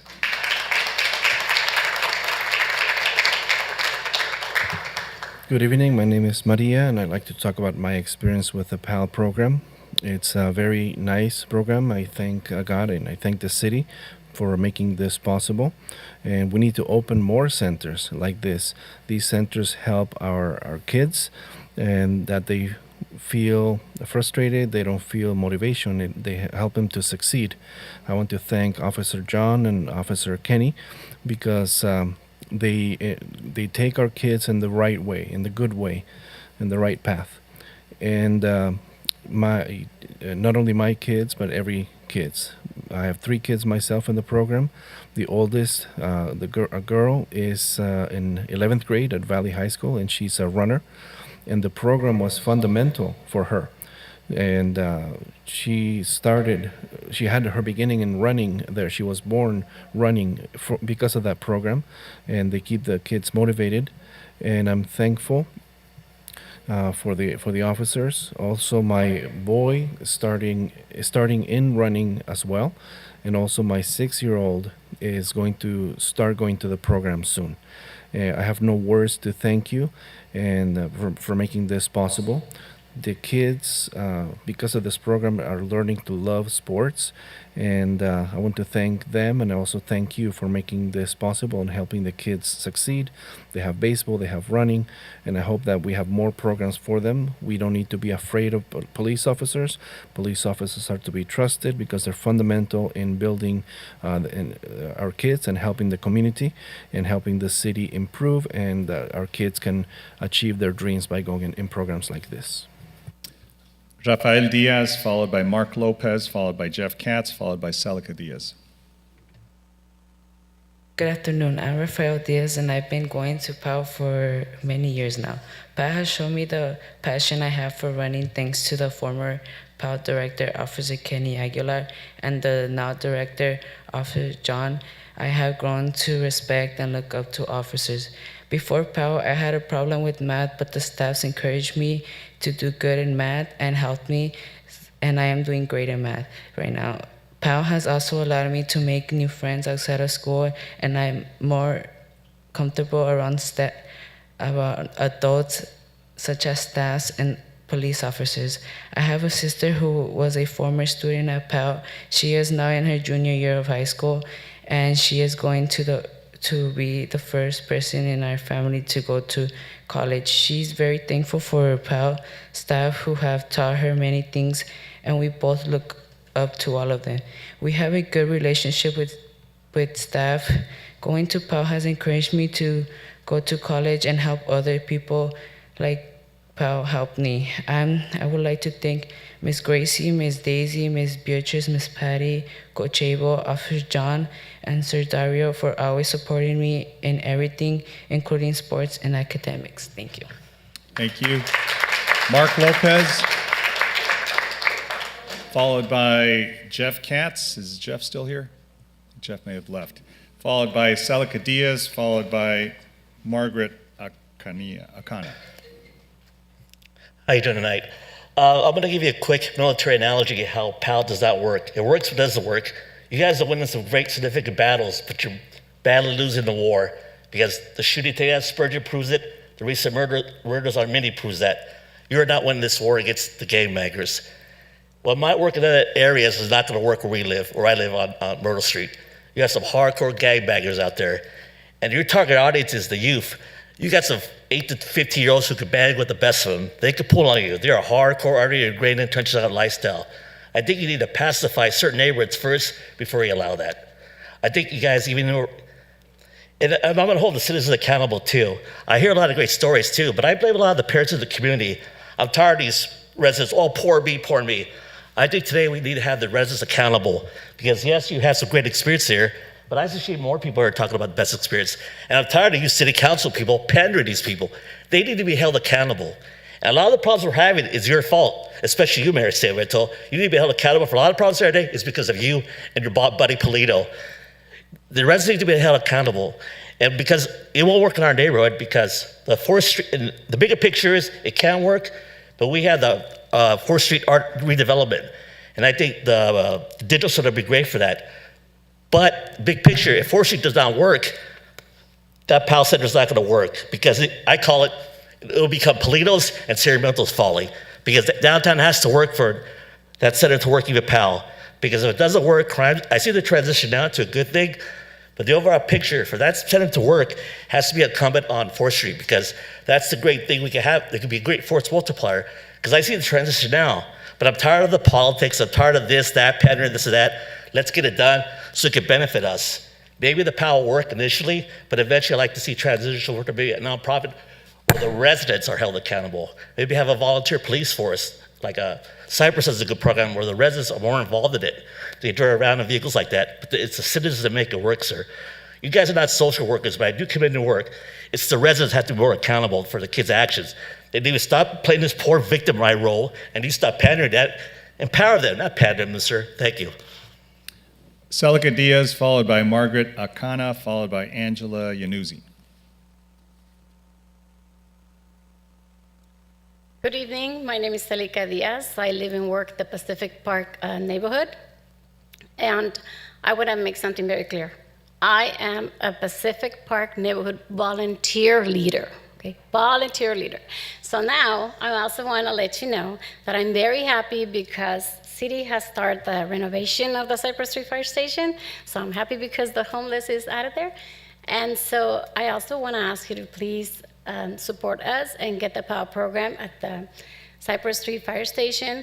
But I also want to ask you to add a senior center there. The senior center will be helpful and it will help a lot of our seniors, including my parents. And I just look forward to working with you guys on bringing positive programs that will be beneficial to our community. Thank you. Thank you, Salka. Margaret Akana, followed by Angela Yanuzzi, followed by Ray Diaz.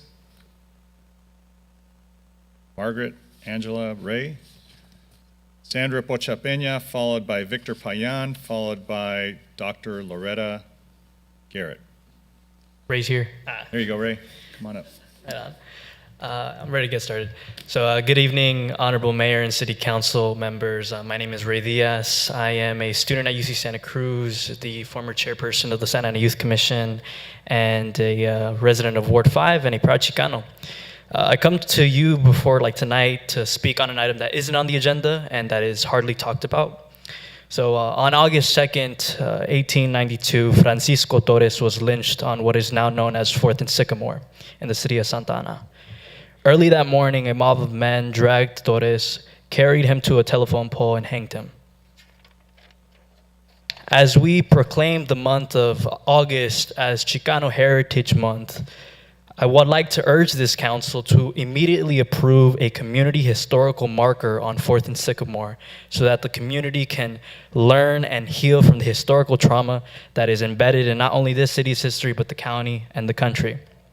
We speak often about the victories that the Mexican American, the Chicano, and Latina community has had, but fail to have the conversation about the atrocities committed against people of color across this country.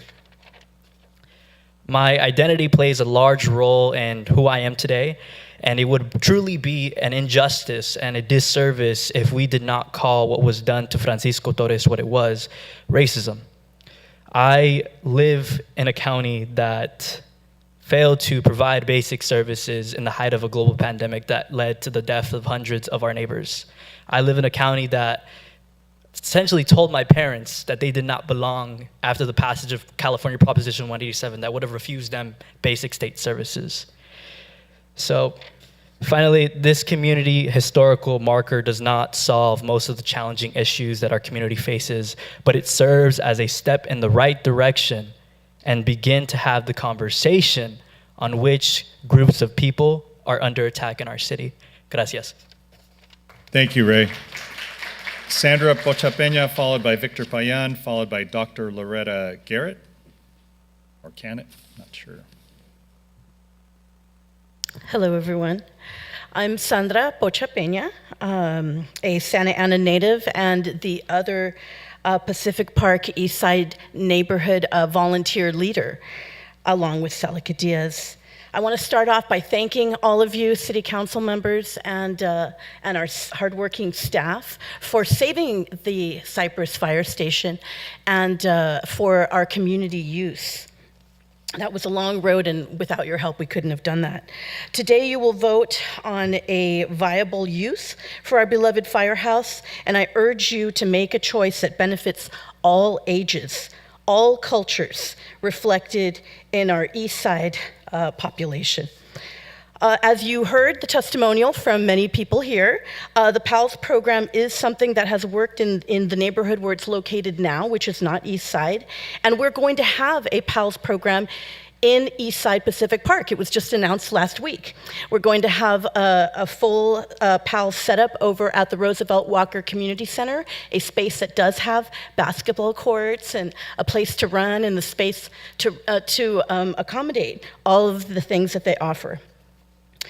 So a third PAL program in Pacific Park East Side, just a few blocks away from the one that is just been announced, is redundant and wasteful. And we should have the, it's not too much to ask for some diversity in offerings and amenities. How many PALS programs do we need in the city before we have a second library?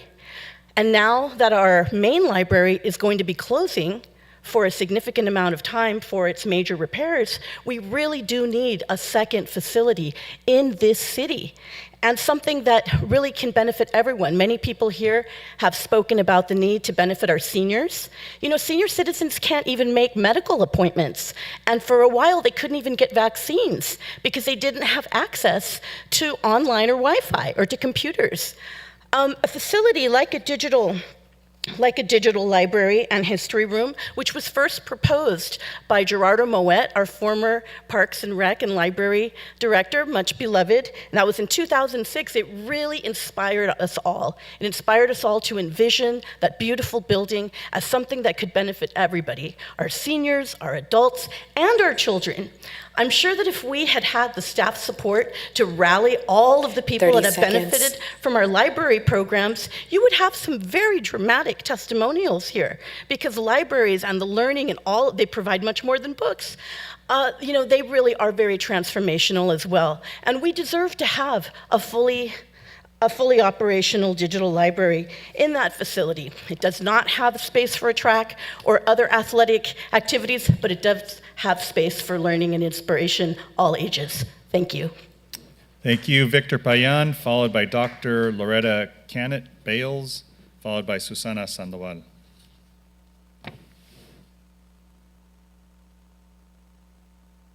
Hello, Council. Good to see you again. I'm also here to talk about Agenda Item 22.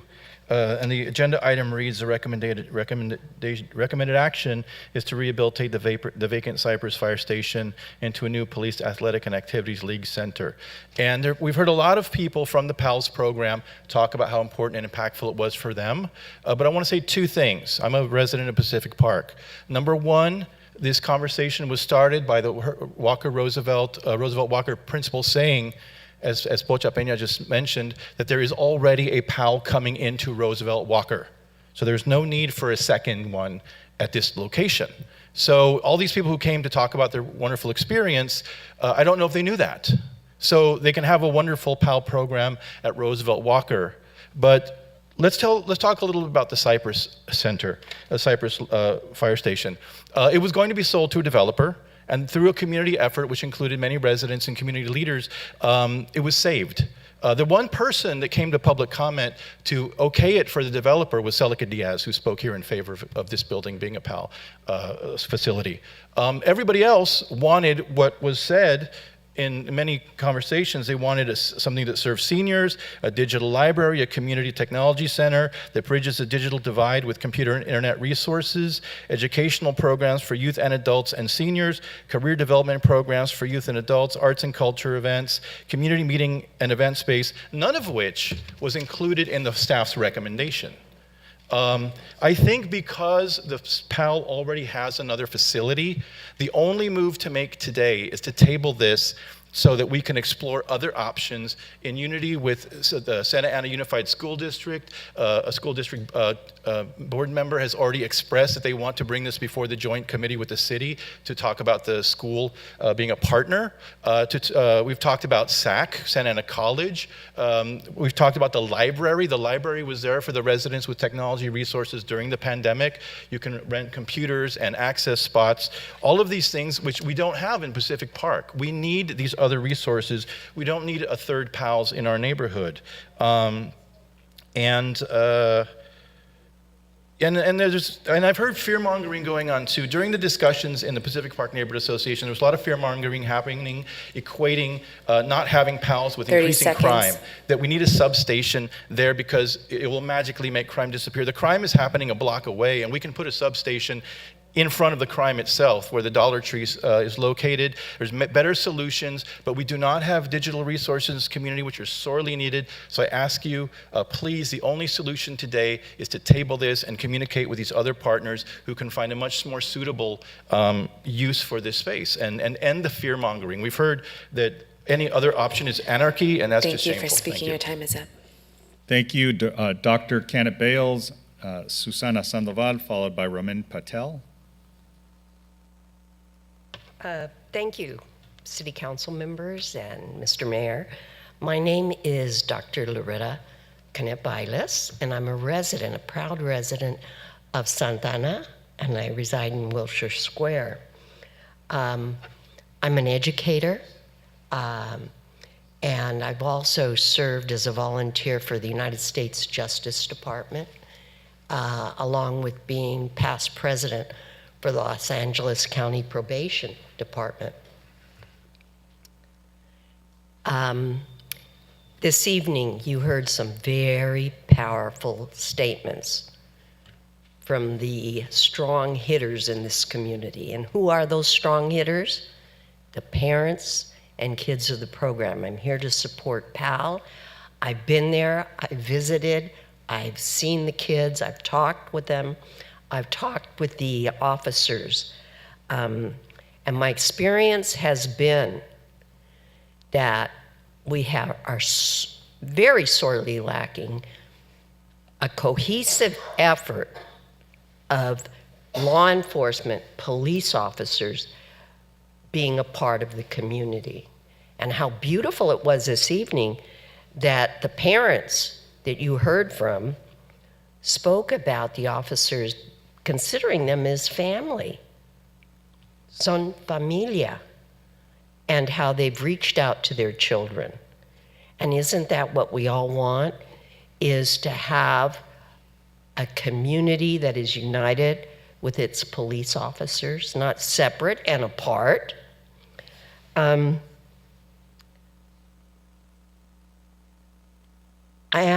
what a perfect place to have a PALS program, but in the Cypress fire station. And it is in the community. Previous to my speaking, the right honorable gentleman spoke about not needing another PALS program. We have a population that is surrounding the Cypress fire station that needs a PALS program. Furthermore, it could serve as a community center. 30 seconds. Lastly, as elected officials, you can leave this as your legacy and be proud that you stood this evening and said, you know what? We're going to honor the community. And we do want our officers to be considered like familia. So let us all stand together. Thank you. Thank you. Is Mr. Patel still here? Mr. Patel is gone. Susana Sandoval, followed by Victor Mendez, followed by Maribel Gomez, who's our last speaker in person. Good evening. I'm a resident in Santana for 32 plus years, Ward 6, Wilshire Square, and have worked on educational, social, and environmental justice campaigns over the years. I built my career and retired as an academic counselor at UC Irvine. With my community, resident, and educational experience, I support the establishment of the PAL program at the Cypress Fire Station due to the high crime rate in this neighborhood and devastation that this crime has on the surrounding business owners. The PAL program is successful with the children it serves and neighborhoods as demonstrated by the West McFadden program. PAL services contribute to the success and confidence of our children, at the same time impacts building bridges and communication with law enforcement in a proactive and positive environment, very much needed in our community. The Roosevelt Walker Community Center actually is a perfect environment for the proposed digital library. And also, as we understand it, the PAL program is temporary at Roosevelt Walker. We need the PAL program at the Cypress Fire Station, where services are just very much needed. Safety and the well-being of the children, families, and businesses are the priority. I urge you to move the proposed digital library to the Roosevelt Walker Center and to investigate other options for the proposed arts residency program. We do need PAL at Cypress Fire Station and consider services for our seniors as the location as well. And how beautiful was this evening? The parents and the children said it all. We need the PAL familia at the Cypress Fire Station. Everybody will win with this program, and building the bridges with our law enforcement is really crucial because there has been so much controversy for decades, and this is building bridges, and it's building our children's future and the parents growing along with their kids. So please put the PAL program at the Cypress Fire Station. And there are many other wonderful venues that will service all sectors of the community for the digital library. So let's go with our familia, our children, our parents, and law enforcement. Thank you. Thank you. Victor Mendez, followed by Maribel Gomez.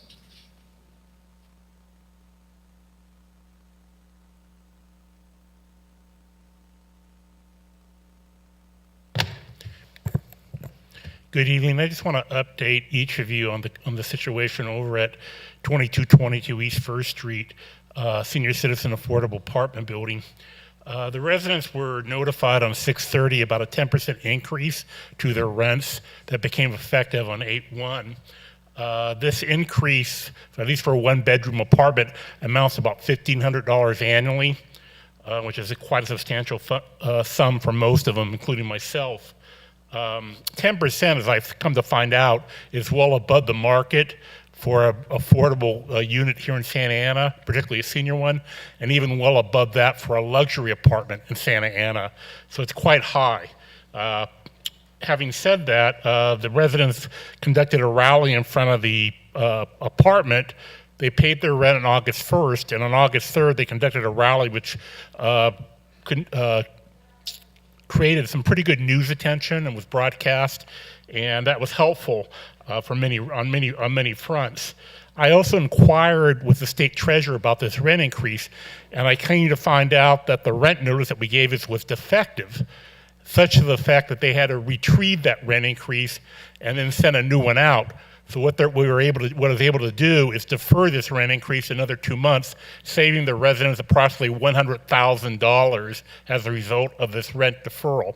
We're still going to have to pay it, but because that rent increase didn't meet civil code at the time it was issued, we no longer have to pay it, and we'll get our rent credit as well. Had no one pursued that, they would have continued to pay these rents in violation of the code.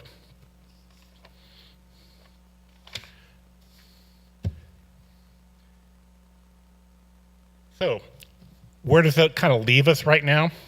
Two things we are asking of this council. One, a one-time $750 supplement through the Revive program or other funds to assist the senior citizens during this period. And two, to initiate the process to include affordable housing into the rental control ordinance and capping these rents at 4%. It's obviously that affordable housing developers don't believe in fair play, and trying to deal with them directly as a resident or as a tenant is very difficult. 30 seconds. It's very difficult. So those two things are going to be what we're going to request of this council. Hopefully you can assist us in this very difficult time moving forward. The residents still continue to deal with drugs, prostitution, and homeless intrusion. I'm hoping that we'll be able to meet on this next week and try to get some resolution. You know, I personally have issued drug transactions right in front of me, and I'm getting a little tired of it. I'm tired of hearing my neighbors move out, and we just simply got to put an end to it. Thank you. And we Your will. time is up. Thank you. Thank you, Victor. Maribel Gomez is our last in-person speaker. Then we'll go ahead and take our speakers that are online. Buenas noches a todos. Mi nombre es Maribel Gómez. Quiero ser hoy la voz de mis compañeros de la calle 4, del streetcar. OCTA sigue negándose a darnos ayuda económica. Varias cosas que se han prometido no se han cumplido. Señores, no jueguen con nosotros, con nuestra desesperación y el único medio de vida de nuestros pequeños negocios. No inviertan $700,000 o más en una pista de patinaje cuando nosotros estamos en estado de emergencia, perdiendo negocio, viviendo con tanta presión encima, etcétera, etcétera. El vandalismo como nunca se había visto. Tengo yo 40 años en Aries Beauty Salon en la calle 4. Señor Sarmiento, necesitamos respuesta a estos puntos mencionados. Sabemos que ustedes son nuestros líderes y que son los que nos pueden ayudar. Por favor, atiendan a nuestras voces Tenemos mucho vandalismo y mucha gente en estado de salud bastante delicada. Gracias por escucharnos esta noche. Gracias.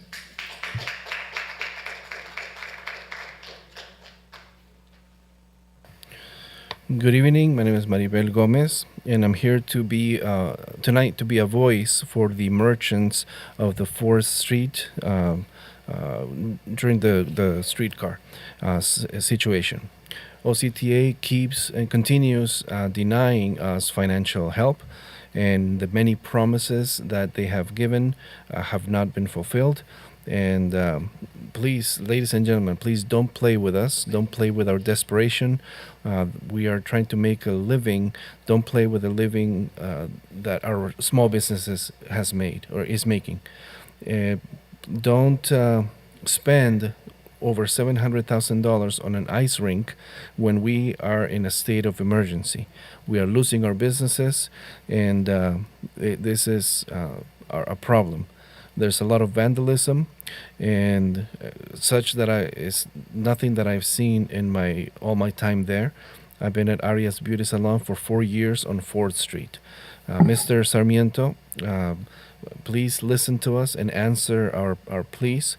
You are our leaders, and you are the ones who can help us. So please listen to the voices. There's lots of vandalism going on. There's a lot of people who are sick. So we need your help. Thank you for listening. So I'll go ahead and turn it over to the clerk so she can call on the people that are waiting online.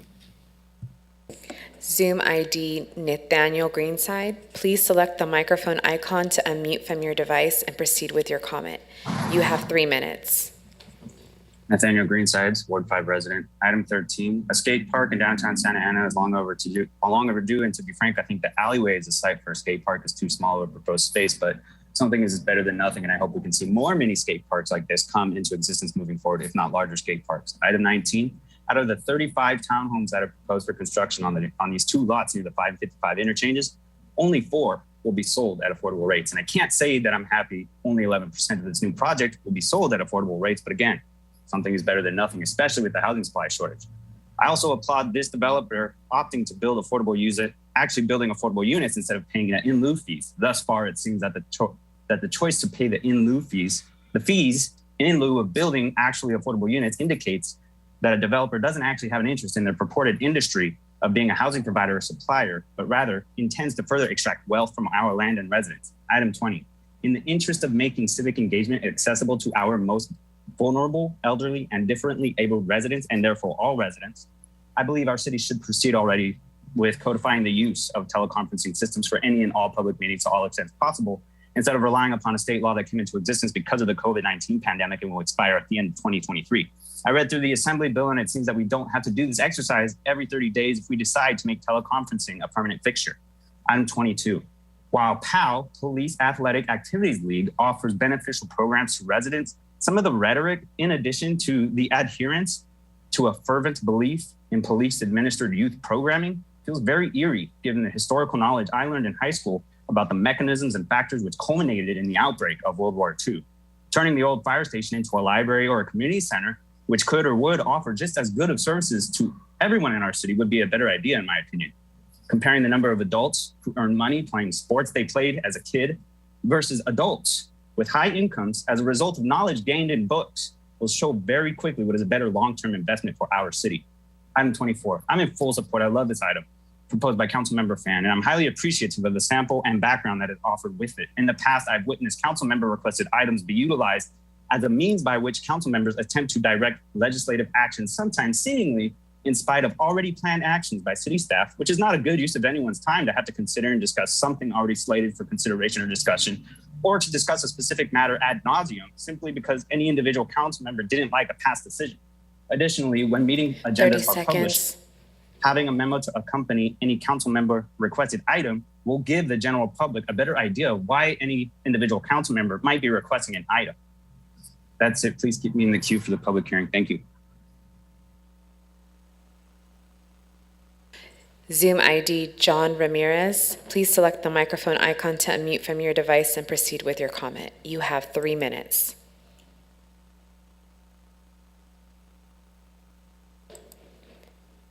John Ramirez. Can you hear me? Yes. Good evening, City Council and staff. My name is John Ramirez, and I'm a resident of Ward 2, and I've lived in Santa Ana for 42 years. I'm calling in support of Agenda Item 22-1, which would direct the City Council to rehabilitate the Cypress Street Fire Station into a new PAL Center. I believe this center would greatly benefit the youth in the city and provide them with a safe environment to engage in sports, mentoring, homework, along with many other recreational activities that would no doubt provide an overall positive outlet for them in our community. This would also aid in developing community trust between it and the Santa Ana Police Department, as children and residents will interact with SAPD personnel. As a resident and your constituent, I direct you to vote in favor of item 22-1 and make this much needed PAL Center a reality at the Cypress Street Fire Station.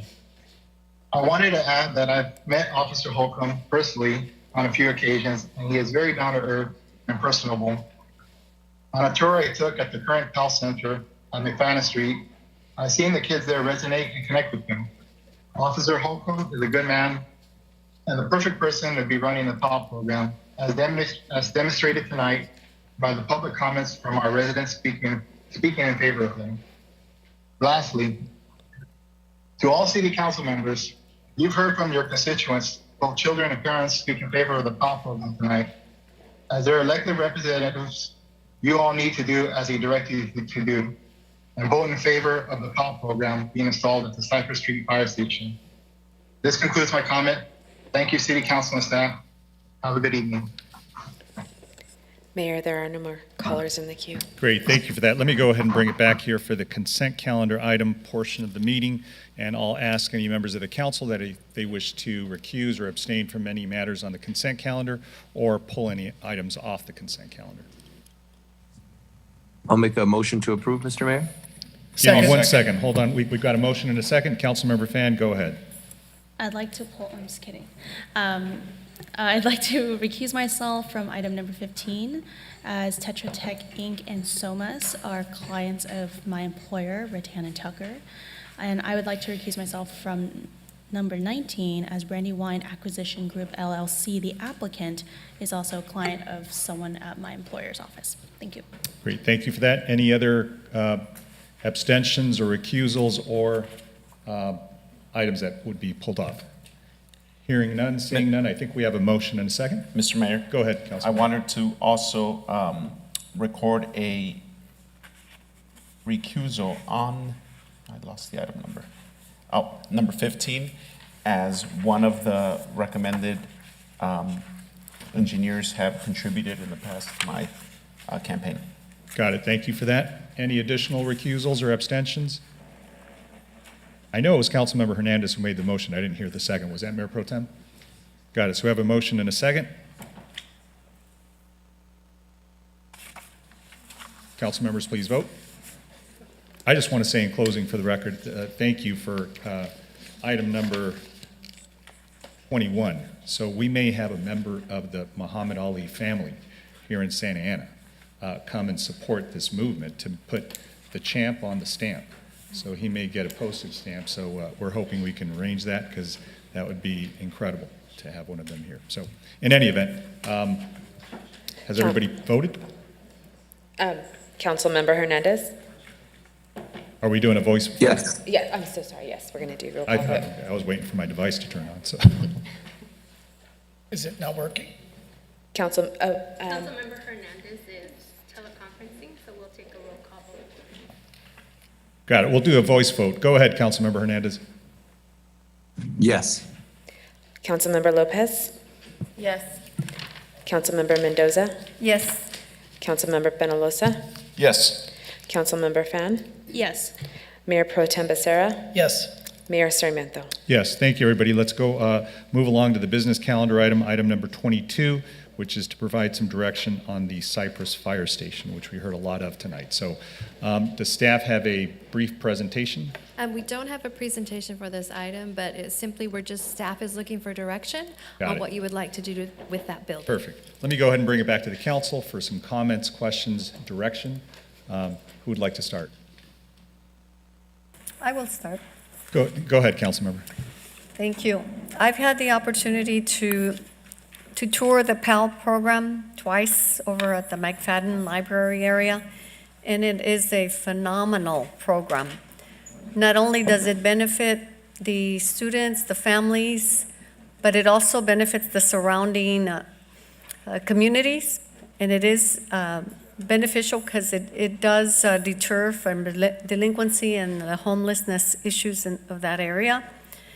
And it is a ideal location to have a second PAL program at the Cypress fire station, because there is, this is one of the most dense areas of Santa Ana. There's apartment buildings, and so it is understandable that the PAL program over at the school is going to serve some students from that area. However, there is going to be a tremendously long list for the students to get into that program. So by having the PAL program over at the fire station, it will alleviate that burdensome waiting list. And this location is going to be big enough to support what some of the residents said today is providing a senior center area, because the senior center activities will work in the daytime, and then when the students are out of school, which is about 2:30, 3 o'clock, then the center can be used for the PAL program. And included in the PAL program is also library services. So the students will get the benefits of learning, of technology, of doing their homework, the same services that are provided by our library services. In addition, there is the option to have automatically book dispensers at the PAL Center. That's what is currently available at the McFadden PAL program. And so we're not going to be depriving the students of library service. Actually, we're going to be enhancing by having the PAL program there. In addition, we will be looking, it's my intention to have another PAL program over in the south side of Santa Ana, because this program is so valuable. It's not just a one-time thing for these students. It's a lifelong proof and evidence of the success. You've heard personally how it's impacted many of our families and our students because of the mentorship and the relationship that the officers have created with these attendees. These students have the mentor for life. Some of these students mentioned on the emails that I received that the officers continue to attend their activities outside of the normal PAL program. They've come to their graduations, their performances. They've helped the students with their college applications. And so you see that this is going to be not just the library services from 8 to 3 p.m. This is a 24/7, lifelong, successful program that works. And if we're going to deter delinquency and issues that may affect these children, this is one sure way to do it. We can have what some of the other speakers suggest. We can have arts and crafts, which is offered right now at the PAL program, and we can have the technology training. And so this PAL program encompasses all of that. And this is the ideal place because there is such a great need in that area. I live there in that east side of Santa Ana, and I know the issues. I know what happens when we don't have something to keep our kids occupied after school. This is going to be ideal, and so I ask all of you to give the PAL program an opportunity to be opened here and work with us, work with the community, and work to bring success to all of our residents. And I guarantee you, you're going to see success, you're going to see improvement, and you're going to see how beneficial this PAL program is going to be there at the Cypress station. Thank you. Any other comments, questions? Councilmember Peñalosa? Thank you, Mayor. I firstly want to thank all the families and residents that came out tonight to speak on this item. One thing that we've got to remember is that this city council has already moved forward with approving a second PAL program, once at the 2021 budget approval, and then yet again this year with the 22-23 budget approval. We approved $500,000 each year for an additional PAL program, a second one. The only problem is that we haven't found a location to permanently put that program in. It's also important to realize and know that the current PAL location at the Roosevelt Walker Community Center is a temporary classroom site that is only operating 2 days a week while we find a permanent location for this second PAL program to be put in.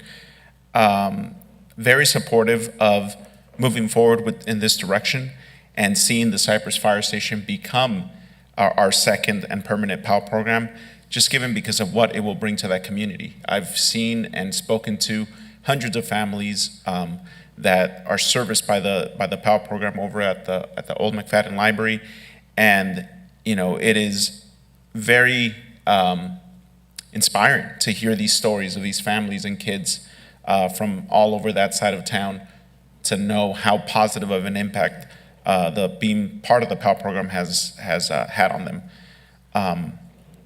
As we move forward, we're investing currently over $20 million to revitalize Main Street.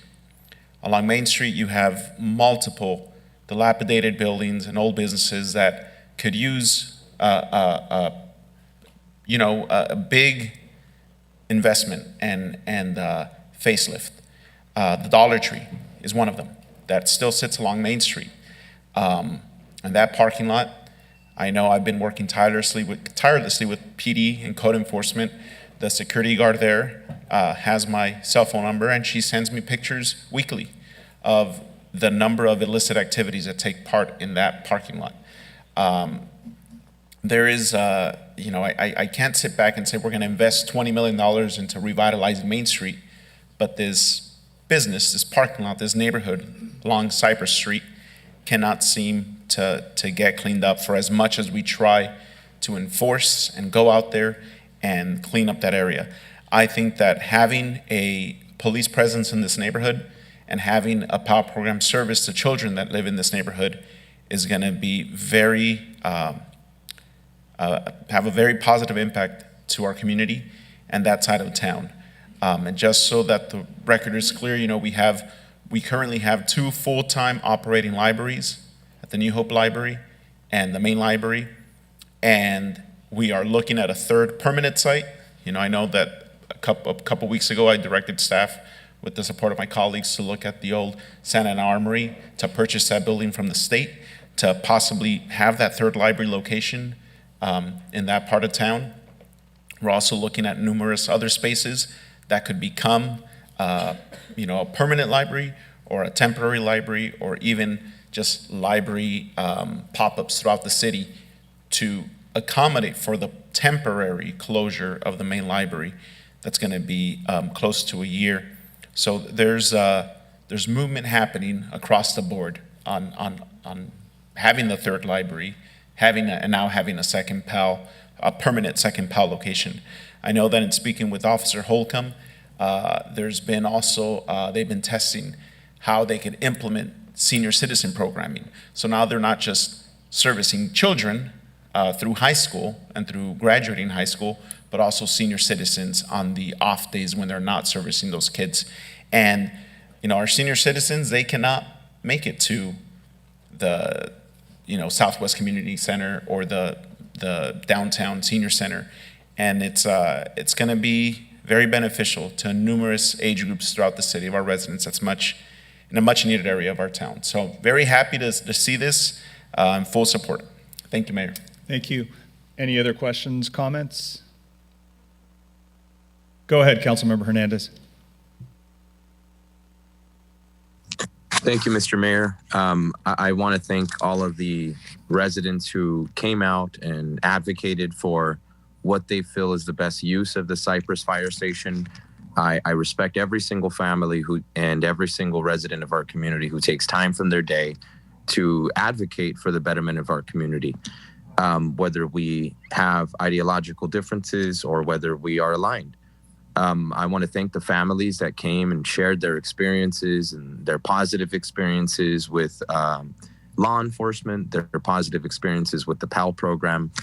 I have certainly taken that to heart, and I thank them for sharing, and I'm happy that they've had positive experiences. I recently had the opportunity to tour the PAL Center with our mayor and residents of the Sullivan community. And many of the residents, it was their first time visiting the PAL Center. We got a chance to meet the officers who are there on a regular basis. We had an opportunity to meet some of the staff who can give us an insight as to how many kids are there on a daily basis, what are the amount of hours children are spending, what are the type of assistance young people are receiving. We came to realize that the age demographic of youth that are being served is a very important age demographic, 8 to 11. And although that is an important age demographic, the demographic of youth that are most at risk to adverse childhood experiences with trauma, with poverty, with homelessness, as we know, data will reflect that children between the ages of 12 to 16 are at a very difficult position in our city if we don't have the adequate resources to help them developmentally. That is why I am supportive of seeing the Cypress Fire Station work as a digital library, taking into account that we are the youngest city in Orange County. We have a lot of young people between the ages of 13 to 24 per capita. And the need for us to have a digital library, I think, could not be more pressing. If there was anything that the pandemic taught us, is it taught us that there was a very strong digital divide. And especially when it comes to computer and internet literacy among seniors and monolingual families, predominantly Spanish-speaking families. I feel that having a digital library is going to help us bridge that gap. I think that at a time where children are just now getting back in school, there could not be a better opportunity for us to serve children beyond the age demographic of 8 to 11. And it also allows us to serve children 365 days out of the year. I think that having these types of educational programs for youth, not only does it service young people, but it opens up the doors for us to serve adults. It opens up the doors for us to have career developmental programs for both youth, adults, and seniors. It also provides an opportunity for arts and culture, which is a very important subject to many families and children. And lastly, I think that having a digital library also creates the opportunity for us to have the digital library space be utilized as a community meeting and event space. And that is why I am supportive of us utilizing the Cypress Fire Station as a digital library. And with respects to the PAL Center, I think that there could be a better home for it. I just don't think this one is the one. That concludes my comments, Mr. Mayor. Thank you. Thank you, Councilmember. Let me go ahead and canvass the rest of the council to see if there are any questions or comments. But before I do that, Madam City Manager, are you looking for just direction, guidance on this, or do you want a firm vote? I'm looking for a consensus on direction because staff is very concerned about the building, and we would like to move forward on programming it. Got it. So you want direction from the council on. All right, let me go ahead and come back. Let's go with Mayor Pro Tem and then Councilmember Lopez. Thank you. And thank you to all the parents and the members of the community that came out tonight to address the council on this issue. You know, I personally support rehabilitating the vacant fire station and turning it into a PAL center.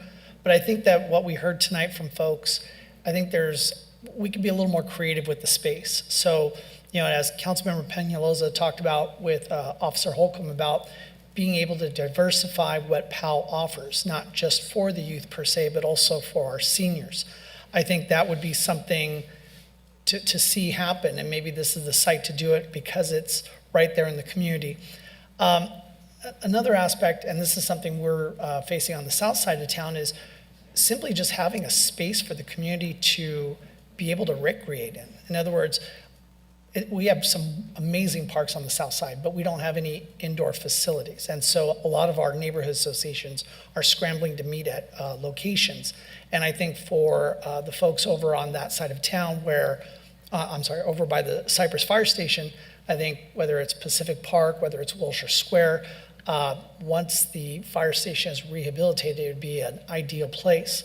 I think that one of the advantages of going with PAL and our other departments is the fact that, let's be honest, this building is on borrowed time.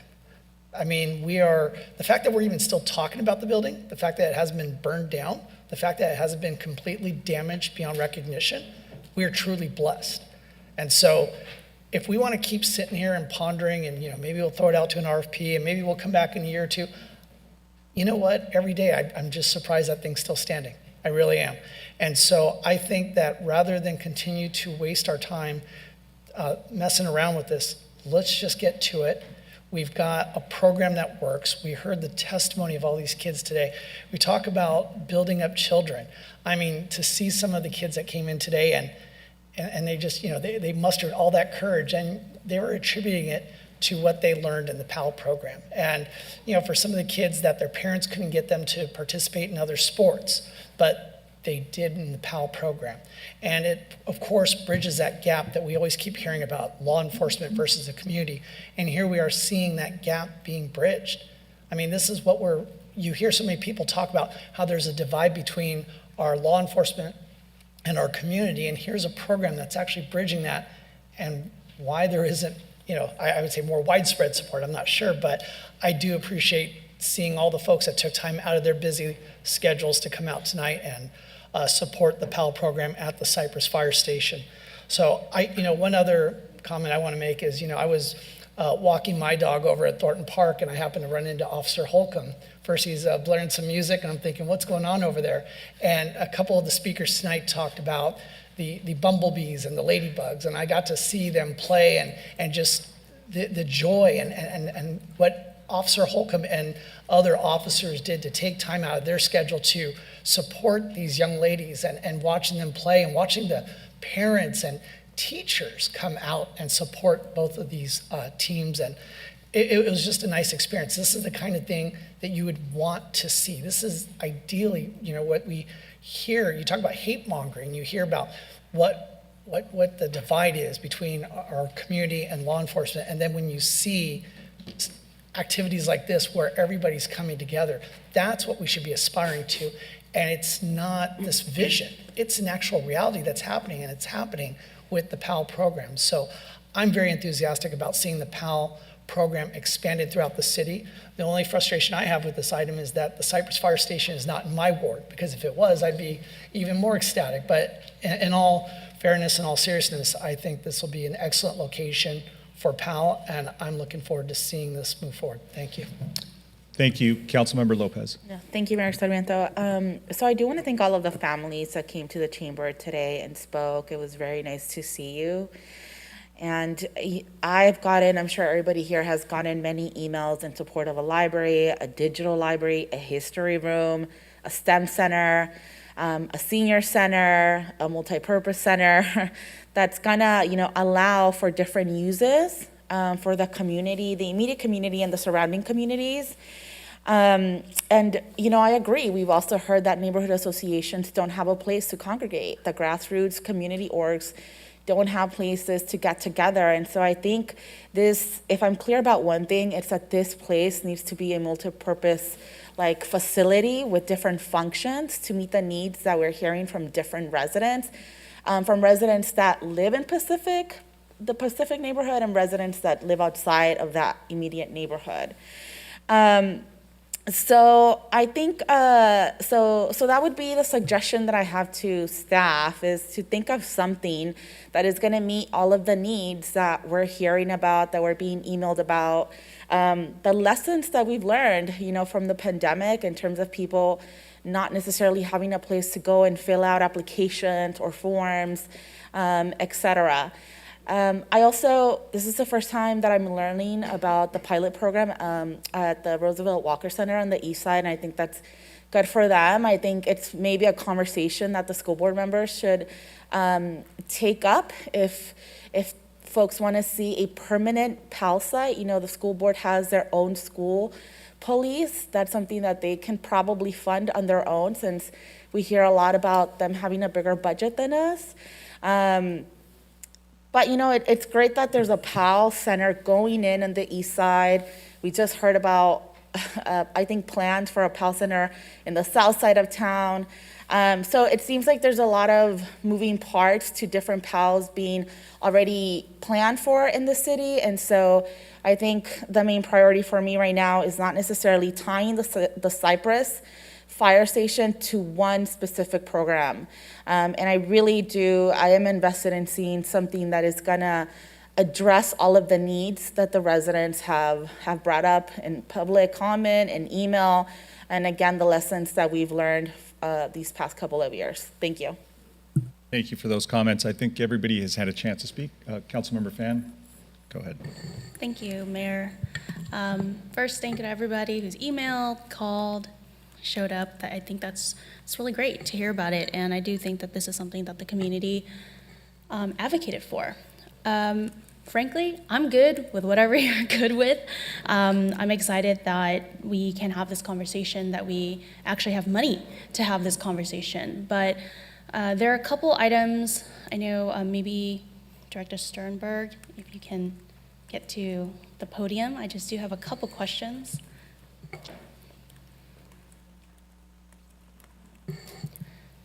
Thank you. Hi. Good evening. Good evening. So, you know, we've heard a lot of conversation about this digital library and whatnot. I kind of looked it up. One of the speakers shared a PowerPoint presentation, which I did go through. I do think it is pretty cool. But what are your thoughts on that? We have the main library pretty close by, kind of down the street.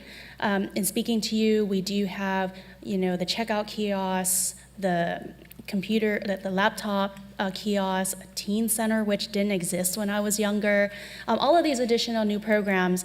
Can you talk a little bit about why, you know, what your thoughts are for the digital library there?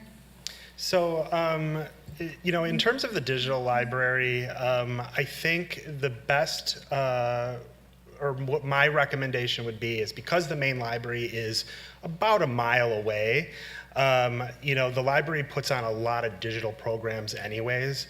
You know, a lot of our Revive Santa Ana funding went to our digital literacy and technology skills program. So there is an abundance of that currently at our main library.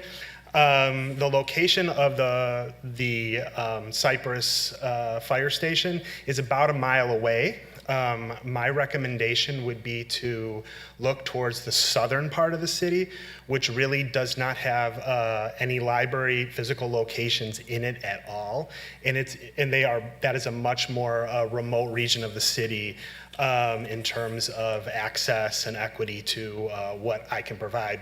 All of our services are north of First Street in terms of our physical locations. We do have our bookmobile out there that goes all around the community. But that does not, it's not quite the same as having a physical location. My recommendation would be to look towards areas of the city that are much more distant than the Cypress Avenue fire station for potential library services. We're also in the process of looking at temporary locations right now to kind of bridge that time period when we are going to be closed. But we still have some design left to do in terms of our main library renovation, so we do have some time there to make sure we iron out all those details and have adequate library services during the closure as well.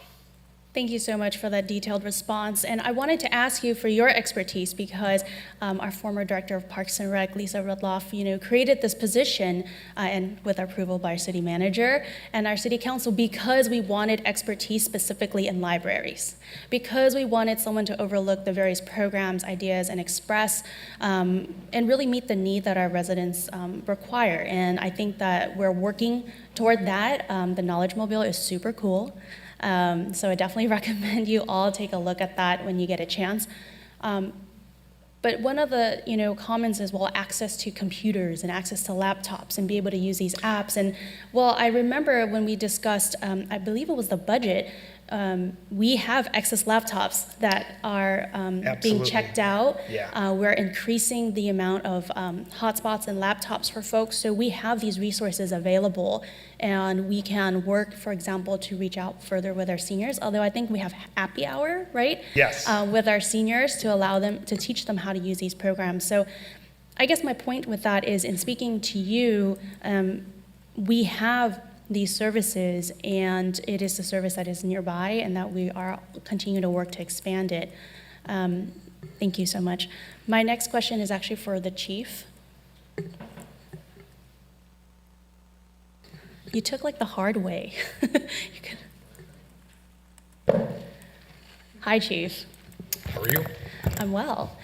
So I wanted to talk to you because one of the, I think, misconceptions that a lot of people had and that I had, because remember, I thought PAL on the budget when I first joined the city council was paying for officers to work out or join like a gym or something, because it didn't exist when I was a kid. I know Madam City Manager is laughing at me. But really, this has been an incredible program. But when I asked you, well, if we have another PAL program, wouldn't it take our field officers away from patrolling or our homicide detectives and things like that? And your answer is no. That's correct. Right, and why is that?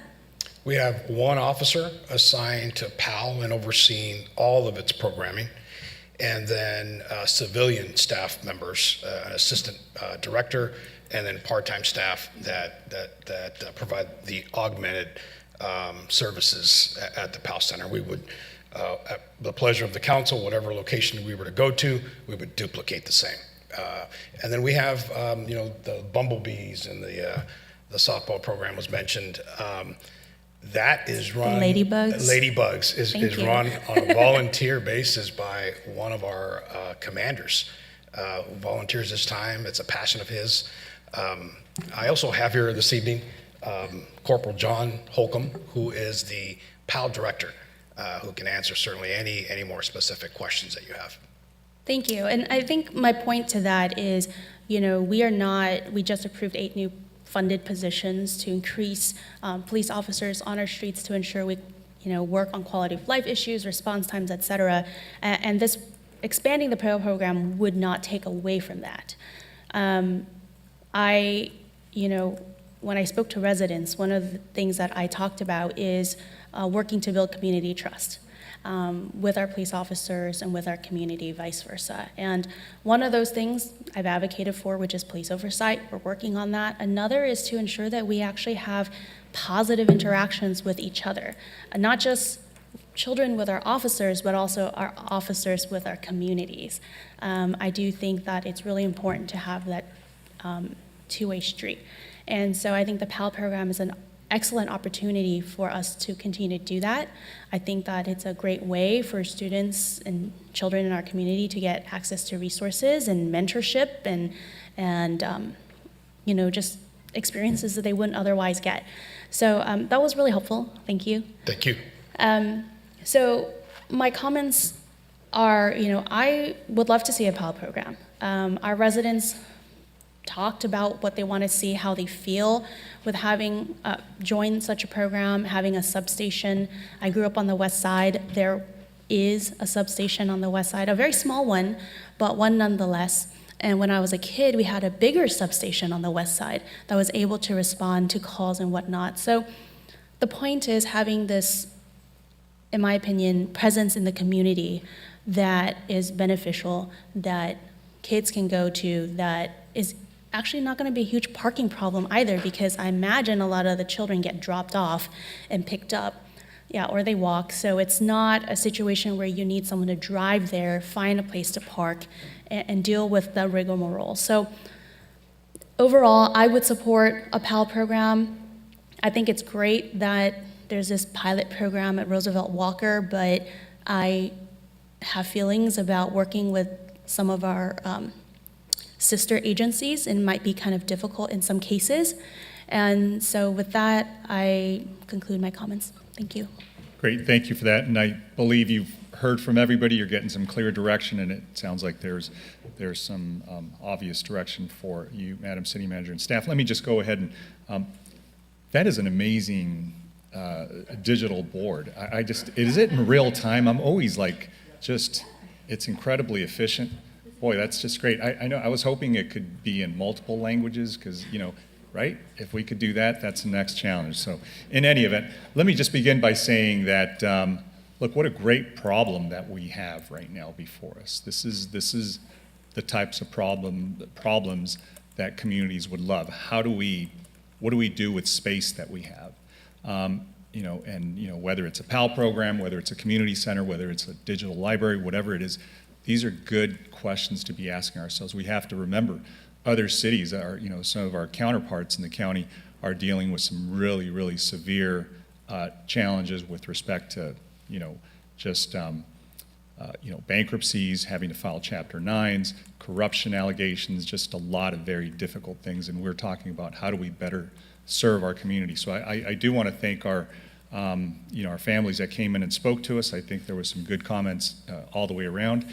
I didn't understand, the anarchy question, because I think, a library and a community center, I don't know how anarchist that is. But to the extent that Mr. Sternberg is the leader of the pack, maybe, we'll call you the anarchist. I don't know. But look, the way I see this is that, my son, who just graduated from college, volunteered as a tutor at the PAL program at the PAL Center. He worked with Officer Kenny back then, and so he had a great experience, not as a recipient, but actually somebody who delivered, services to many of the kids, because many of the kids were younger in age. So he spent the summer there. So to the extent that, it is a great program, I think it's something that is valuable. Any program that services youth, that services families, is a valuable program. And no matter how duplicative it is, we can't have enough. Just like libraries, right? Libraries are an essential part of civic activity, and that's what cities should be doing, is creating not books, but spaces. And that's really what we need, is places for our families that are living in very overcrowded conditions to be able to go to, make sure that they're protected, that they're safe, that they feel like they belong. So when I was looking at, it's funny, they ran a story on Anaheim versus Santa Ana regarding public pools, and I know they had one pool, we have 5 public pools, and they were complaining about that. Well, one of the things I complain about is we have 1.5 libraries, and they have 7. So that is a disparity that's glaring. We have a great main public library. It's incredible, but it is one main library for 300, what I would say at least 330,000 residents. And I know I spent a lot of time there, and that's just not enough. And that reflects our values. How much do we value spaces, higher learning, academics? So, we have to do better there. And to the extent that we can, I think we might be able to split the difference here, because I keep hearing about Roosevelt Walker. And I remember, and if you can go back, Madam City Manager, to the legislative history on what Roosevelt Walker was supposed to be. It was supposed to be what was called an e-library. So it was more of a space where there were terminals, where there were places where kids could go. And really, kids don't pull books off of shelves anymore. They just look them up on terminals. So to the extent that that might be a space, whether that's a permanent PAL program, whether that's an e-library, which it was intended to be, my thing with the Cypress fire station is that I'm just glad it wasn't sold, because that was the original idea, to sell it off to to a private purchaser, and they were going to turn it into a home. Now we're talking about what it can be as a community space. So I'm just very glad that we're having this conversation and not regrets about what we could have done with it earlier. So I'm a big believer as well as establishing trust between, our officers and the community. That's important. And this is an opportunity, as we have with our other PAL program, to do that. So if it does become a PAL program, then what I would want to see is that the funding come from the department. And it should come as money that's spent on prevention, because law enforcement comes in all different aspects, not just detaining, arresting, enforcing, but it also can be spent on prevention and intervention. And that is something that I think should come from their department, and that is something that shouldn't come from the general fund because this is a very specific expense. And I think it's, it hopefully will render results. I know that there is a wait list at the other PAL program. When Councilmember Hernandez and I spoke, many families have been waiting, for months and years for their kids to be part of the program. So I'm a little concerned about the logistical challenges about the fire station because it's so small, relative to what we have over on McFadden. But whatever works, I'm fine. I just think that we have two spaces now that we're talking about, Roosevelt Walker and the Cypress fire station. So let's do maybe both, one at one site that makes sense and maybe one at the other site. So if we can, take a look at that. And look, finally, what I would say is that, let's look at, what's going to happen with the main library when it's closed. We're going to need some admin offices, and I've been, saying the south side of town doesn't have those services. And I think, talking to the staff at the Delhi Center, as an outgrowth of that center, I met with some of the community members over the weekend. They're very excited about that, and I think they'd welcome that. And hopefully it's not just a temporary site, but it becomes an expansion and it becomes a permanent site. So again, these are good problems for us to have, and we're blessed to have them. So to the extent that we continue talking about this, please keep us posted. Thank you, Mayor. Just for summary, I do have a majority support to proceed with the PAL, but with also an interest in providing community meeting space as well as potential senior programming, and then option to explore other programming that we can do at Roosevelt Walker. Perfect. Mayor, I had a question. I just wanted to, because I think you had some good comments I just wanted to elaborate on. So we keep talking about Roosevelt Walker and the presence of PAL there, but just for clarity for everybody, because I received communication from some folks, and I think we might have heard some people tonight say that PAL was coming to Roosevelt Walker, like it was going to take it over and nothing else was going to happen there but PAL. And my understanding from talking to staff was that is not the case. And the actuality is that PAL was being, I guess, kind of coming in and utilizing the space to kind of give it some programming, but not taking it over the same way that they did when the old McFadden branch library was vacant, not being used. PAL came in and has occupied the space, I guess, on a more permanent nature, whereas Roosevelt Walker, it was not a permanent space, but rather just a programming, correct? You're correct. So in an effort to bring more programming to all of our community centers, we are trying to also leverage our financial resources. So the Parks and Rec Department collaborated with the Police Department, provided some space, not all space, and they opened up a pilot program, and currently PALS is only there 6 hours a week, Monday, Wednesday, and Friday, 2 hours each. Parks and Rec is still programming the rest of the building. So in other words, if we saw PAL at any of our other community centers that are city-owned, that's not to say that the PAL program is taking them over. They are literally using them. Like the same way when I was walking my dog and I saw PAL at Thornton Park using the baseball diamond, I didn't think, oh, nobody else is using the diamond anymore except for PAL. In other words, they were just using it for that time frame. Correct? It's a pilot program to bring more programming and activities to that community center. Okay, great. And then as far as funding goes, just for clarity, I think one of my colleagues mentioned something about, well, actually it's in our report, that there's $1 million that's going to go into the physical rehabilitation of the center. And as far as PAL funding, if I heard correctly, we have already allocated PAL funding. In other words, it's not an ambiguous thing that we now need to search for and do reallocations or reappropriations. We already have that dedicated to the program, is that correct? I'm not sure on the amount. I would actually have to defer to the police chief on the amount he currently has in his budget. I know Councilmember Penaloza mentioned, I think It was $500,000 at the last fiscal year, and then $500,000 this year for a second PAL program, from what I recall. So in addition to the current PAL program, correct? Correct, yeah. Okay. But of course, I'll let professional staff confirm that. I just know that that's something that Your we, number is correct. So that was cannabis funding? yes. That was programmed. And then the $1 million was for the complete renovation, and that was revived dollars. So we got revived dollars that will take care of the physical improvements to the facility. Correct. And then we have the Programming money. So we already have that. We don't have to pull from any other departments at this point. Great. Chief is good. Great. Thank you for the clarification. Mayor, I have Go ahead, Councilman. Madam City Manager, the mayor brought up a good point with the e-library. That was the intent of the Roosevelt Walker Community Center. I know that there used to be from the first open, there was an e-library kiosk component to the Roosevelt Walker Community Center.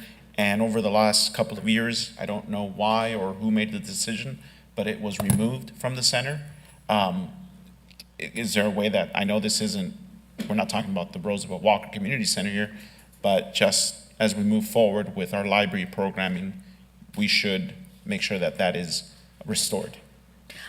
We certainly can look at that, and we don't have Sonia here to keep us on topic for the staff report, but I thank you for that comment. But with that said, I will make a motion to approve staff's recommended action 1 for item 22. I didn't write the staff report for requiring an action. It was just to receive direction. Okay. I think she just wanted to hear from all of us, and I think you have a good sense. I mean, is there any other comments or questions from anybody else? Right, so just, I think your summary was, was good. I think you just had some other ancillary requests to, do the Roosevelt Walker research, and then also keeping the costs and the expenses, exclusive to the department, to PD. All right, so let's move on to the next section, which is the last matter, which is a public hearing. Let me go ahead and open up the public hearing, or actually call for item number 23, which is to adopt a resolution to vacate a portion of the alley of 2nd Street between Broadway and Sycamore. And Madam City Manager, is there a presentation on this? We have a very brief one, but the item really, you took action on it last month, which was your intent to vacate. This is merely the resolution fulfilling the vacation of the alley. I think we can abandon it, and we have the handout here if we need to refer to that as well. So let me go ahead and open up the public hearing and see if there's any members of the public that wish to address the council on this item. Yes, Mayor, there's one speaker in the speaker queue. Go ahead.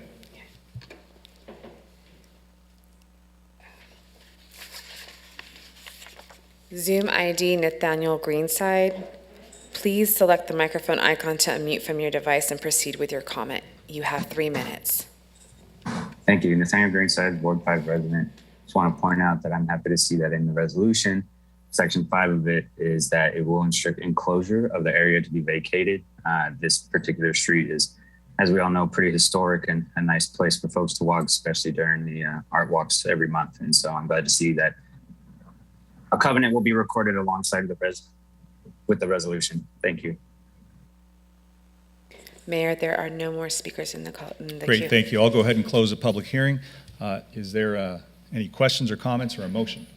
So moved. I'll second. Great, we have a motion and a second. Motion by Mayor Pro Tem, a second by Councilmember Hernandez. Voice vote? Yes, please. Oh. Councilmember Hernandez. Yes. Councilmember Lopez. Yes. Councilmember Mendoza. Councilmember Fan. Yes, but with a quick comment. Public Works, please include a map that we can actually tell what it, like a physical map, please. And next time you have something like this, thank you. Councilmember Penaloza. Mayor Pro Tem Becerra. Yes. Mayor Sarmiento. Yes, thank you. And I want to thank the Cordero family for being so patient as we worked through these logistical challenges on this. So thank you, everybody. Have a great night. On that item, let me go ahead and bring it back to the council. Yeah, you thought you guys were ready to leave the room, right? Yeah. Well, we can thank Councilmember Fan. Why we have to no, I'm just kidding. We have one more item, a council requested item, and I think it's a very good item that was introduced by Councilmember Fan. I just wanted to ask the council, is there any opposition to this? I think it's a good idea. I don't see anybody opposing this, saying, boy, bad idea to describe an item that we're going to bring forward. So I'm not sure, Councilmember. I have a question. Go ahead, Councilmember. Who would be writing the brief? Is it staff or is it the council member? I would say it should be the council member with assistance from staff if necessary, but it should be the council member. If you want to bring an item before the council and ask that we direct staff to do work and whatnot, I don't think asking for a one-page explanation of what a council member wants to bring forward would be too difficult. That's fine. Thank you. So memorialize that it should be, the burden should be on the council member, not necessarily staff. All right. Everybody clear? We don't want to treat us. We just want to concise. And if you can summarize it in a paragraph, I'm sure it'll be well received by everybody. All right. Thank you, Councilmember, for that item. That brings us to City Manager comments. Mayor? Yes, go I ahead. have a comment, and I missed I had to, little restroom break, but I missed the first part of it, but I just wanted to, I know if, it's relying on first of all, thank you, Councilmember Fan, for bringing this forward. There was I no think first part, just the question. Yeah, it's much needed,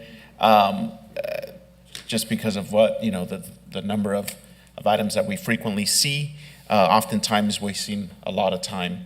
And so when it comes to council members writing that initial report, is there going to be a way where it's cross and verified and checked by the city attorney's office if needed?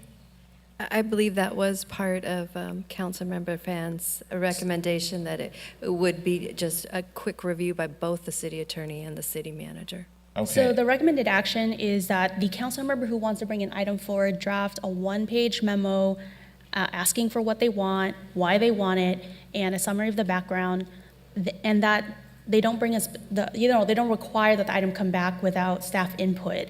For example, if you want something back in 3 weeks or 4 weeks, staff might tell you not possible, maybe longer, maybe shorter. And the last thing is that at least one of the council members supporting the item, sometimes there's 2 or 3 people, that they first discuss with the city manager or the city attorney for input, not approval. I don't think this should be the onus on staff to verify every citation, code, provision or anything like that. It's going to be on the council member. Got it. Okay. So if they want to cite something, they should be checking that themselves. And that's why we have these council aides. Yeah. Perfect. Thank you. All right. So you have sufficient direction on that? I didn't catch where there had to be a second council member to do that. I think, No, I just mean sometimes a council member might bring something with, yeah, when we do it in, when there's maybe 3 sponsors or 2 sponsors. Yeah, just one of you check with the city manager or the city attorney. The great thing is that, look, in this city, unlike other cities, we are more open and willing to go ahead and have council members individually present things.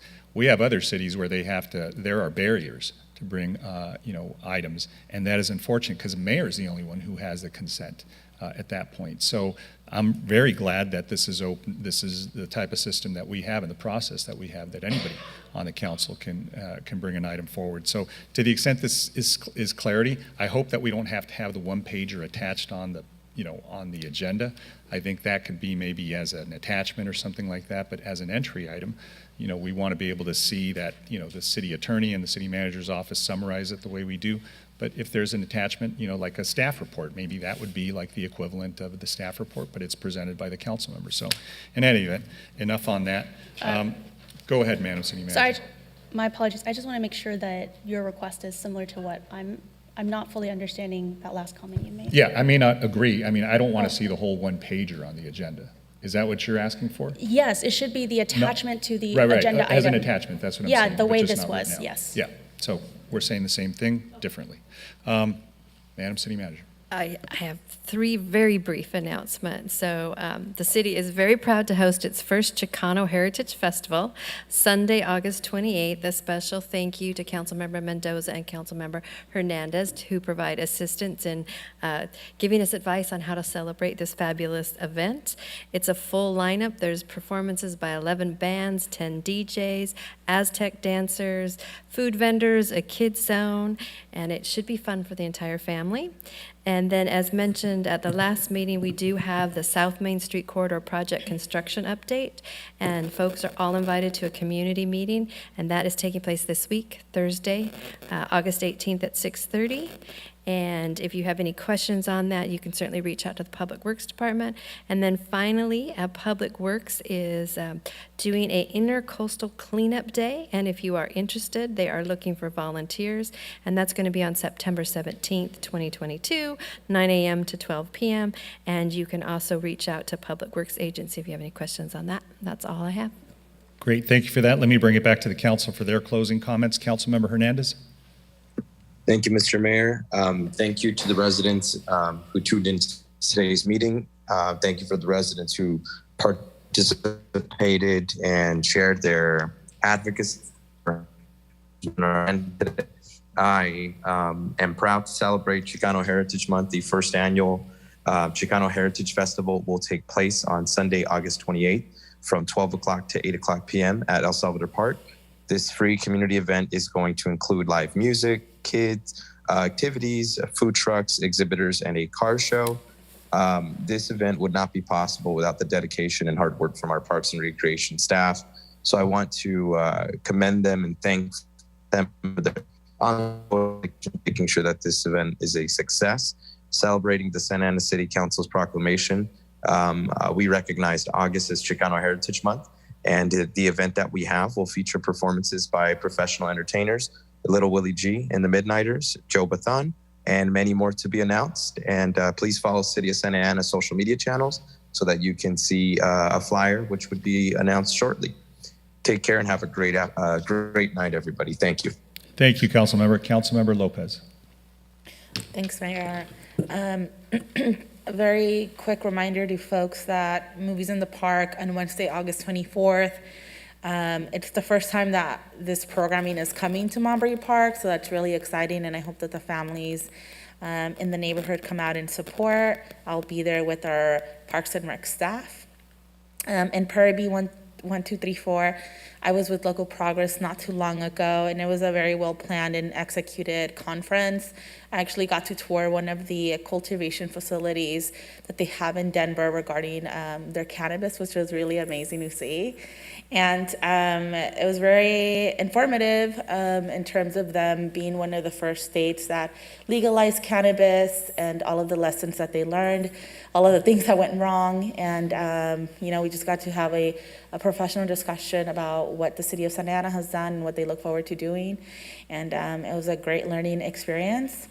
And on Saturday, September the 3rd, I'll be at the Santa Ana Public Library supporting Author Hour series, which spotlights Maritza K. Rubio, a local Santa Ana resident. And there will also be a free book giveaway, so I encourage everyone to come and support that event, and happy Labor Day weekend, everyone. Great, thank you, Councilmember. Councilmember Mendoza. Thank you. I would like to remind the public that we also have a concert in the park on the 18th, which is Thursday at 5:30. And the band who will be playing there is Suave, so please come out. I'm going to be there, and I'm going to have some watermelon for you. And also, as the alternate director on the Orange County Sanitation District, I would like to invite the public, if they are interested in the Orange County Sanitation Wastewater 101 Citizens Academy. And the goal of the academy is to help our community understand the value and importance of what the sanitation department does. The academy will consist of 4 workshops and will be available to anyone who would like to go. So if you are interested, you must be 18 or over. And if you are interested in going to this free academy, please let me know so that I can submit your name, and let me know by August 30th. And so happy Chicano Heritage Month to everyone, and looking forward to this great event. Please bring your families out there, come and enjoy the food, the music, the community involvement, and everyone have a good night. Thank you, Councilmember. Councilmember Fan. Thank you, Mayor. I just wanted to state that last week, as your director for the Metropolitan Water District, I attended the AQUA program, which is the Association of California Water Agencies, I believe. And they were talking about the water and the lack of water at the Colorado River, whereas we get most of our imported water. I just want you to know that the Met Board is working very hard to negotiate available water resources to make sure that we do have that imported water, and to also work on creating sustainable ways for us to maintain our water supply and to decrease water usage. And with that, I also want to wish every person who celebrates Buddhist Mother's Day, Le'u Lang, a happy belated Mother's Day. And with that, have a wonderful night. Thank you. Thank you, Councilmember. Councilmember Peñalosa. Thank you, Mayor. Just wanted to say good night, everybody. Thank you. Love those comments. Mayor Pro Tem Becerra. Thank you. Want to wish everybody a happy Labor Day weekend. I hope that everybody will safely celebrate the contributions and achievements of labor. And with that, with the first Saturday of September falling during Labor Day weekend, I'll be hosting my monthly community office hours on September 10th for the month of September. It'll be at 10 a.m. at George Upton All Access Park over at Thornton Park. And as far as Labor Day weekend, I still plan on going out and watching Santa Ana College kick Fullerton College's butt. And that again is Saturday, September 3rd at 6 p.m. over at the Bowl. With that, good night. Thank you. And let me just say thank you to everybody that came out and addressed the council, and also to staff for all the hard work that they did. I did want to just give a quick report on some of the downtown issues. I know that some of us were copied with some of the vandalism and some of the door fronts that were broken. According to OCTA staff, they reached out to Nova Academy and are going to be working out that claim. They're just expecting an invoice to be delivered by Nova to OCTA. And thank you to all the merchants along 4th Street that contacted us, contacted OCTA as well. It appears that the moratorium that was discussed and negotiated years ago will be abandoned for the time being, and work will go through Thanksgiving, and there is a very, very good chance that all this is done at or a little after Thanksgiving, which means that the merchants can salvage Christmas, New Year's, and that entire holiday. So with that, thank you, everybody. Have a good night. We're adjourned.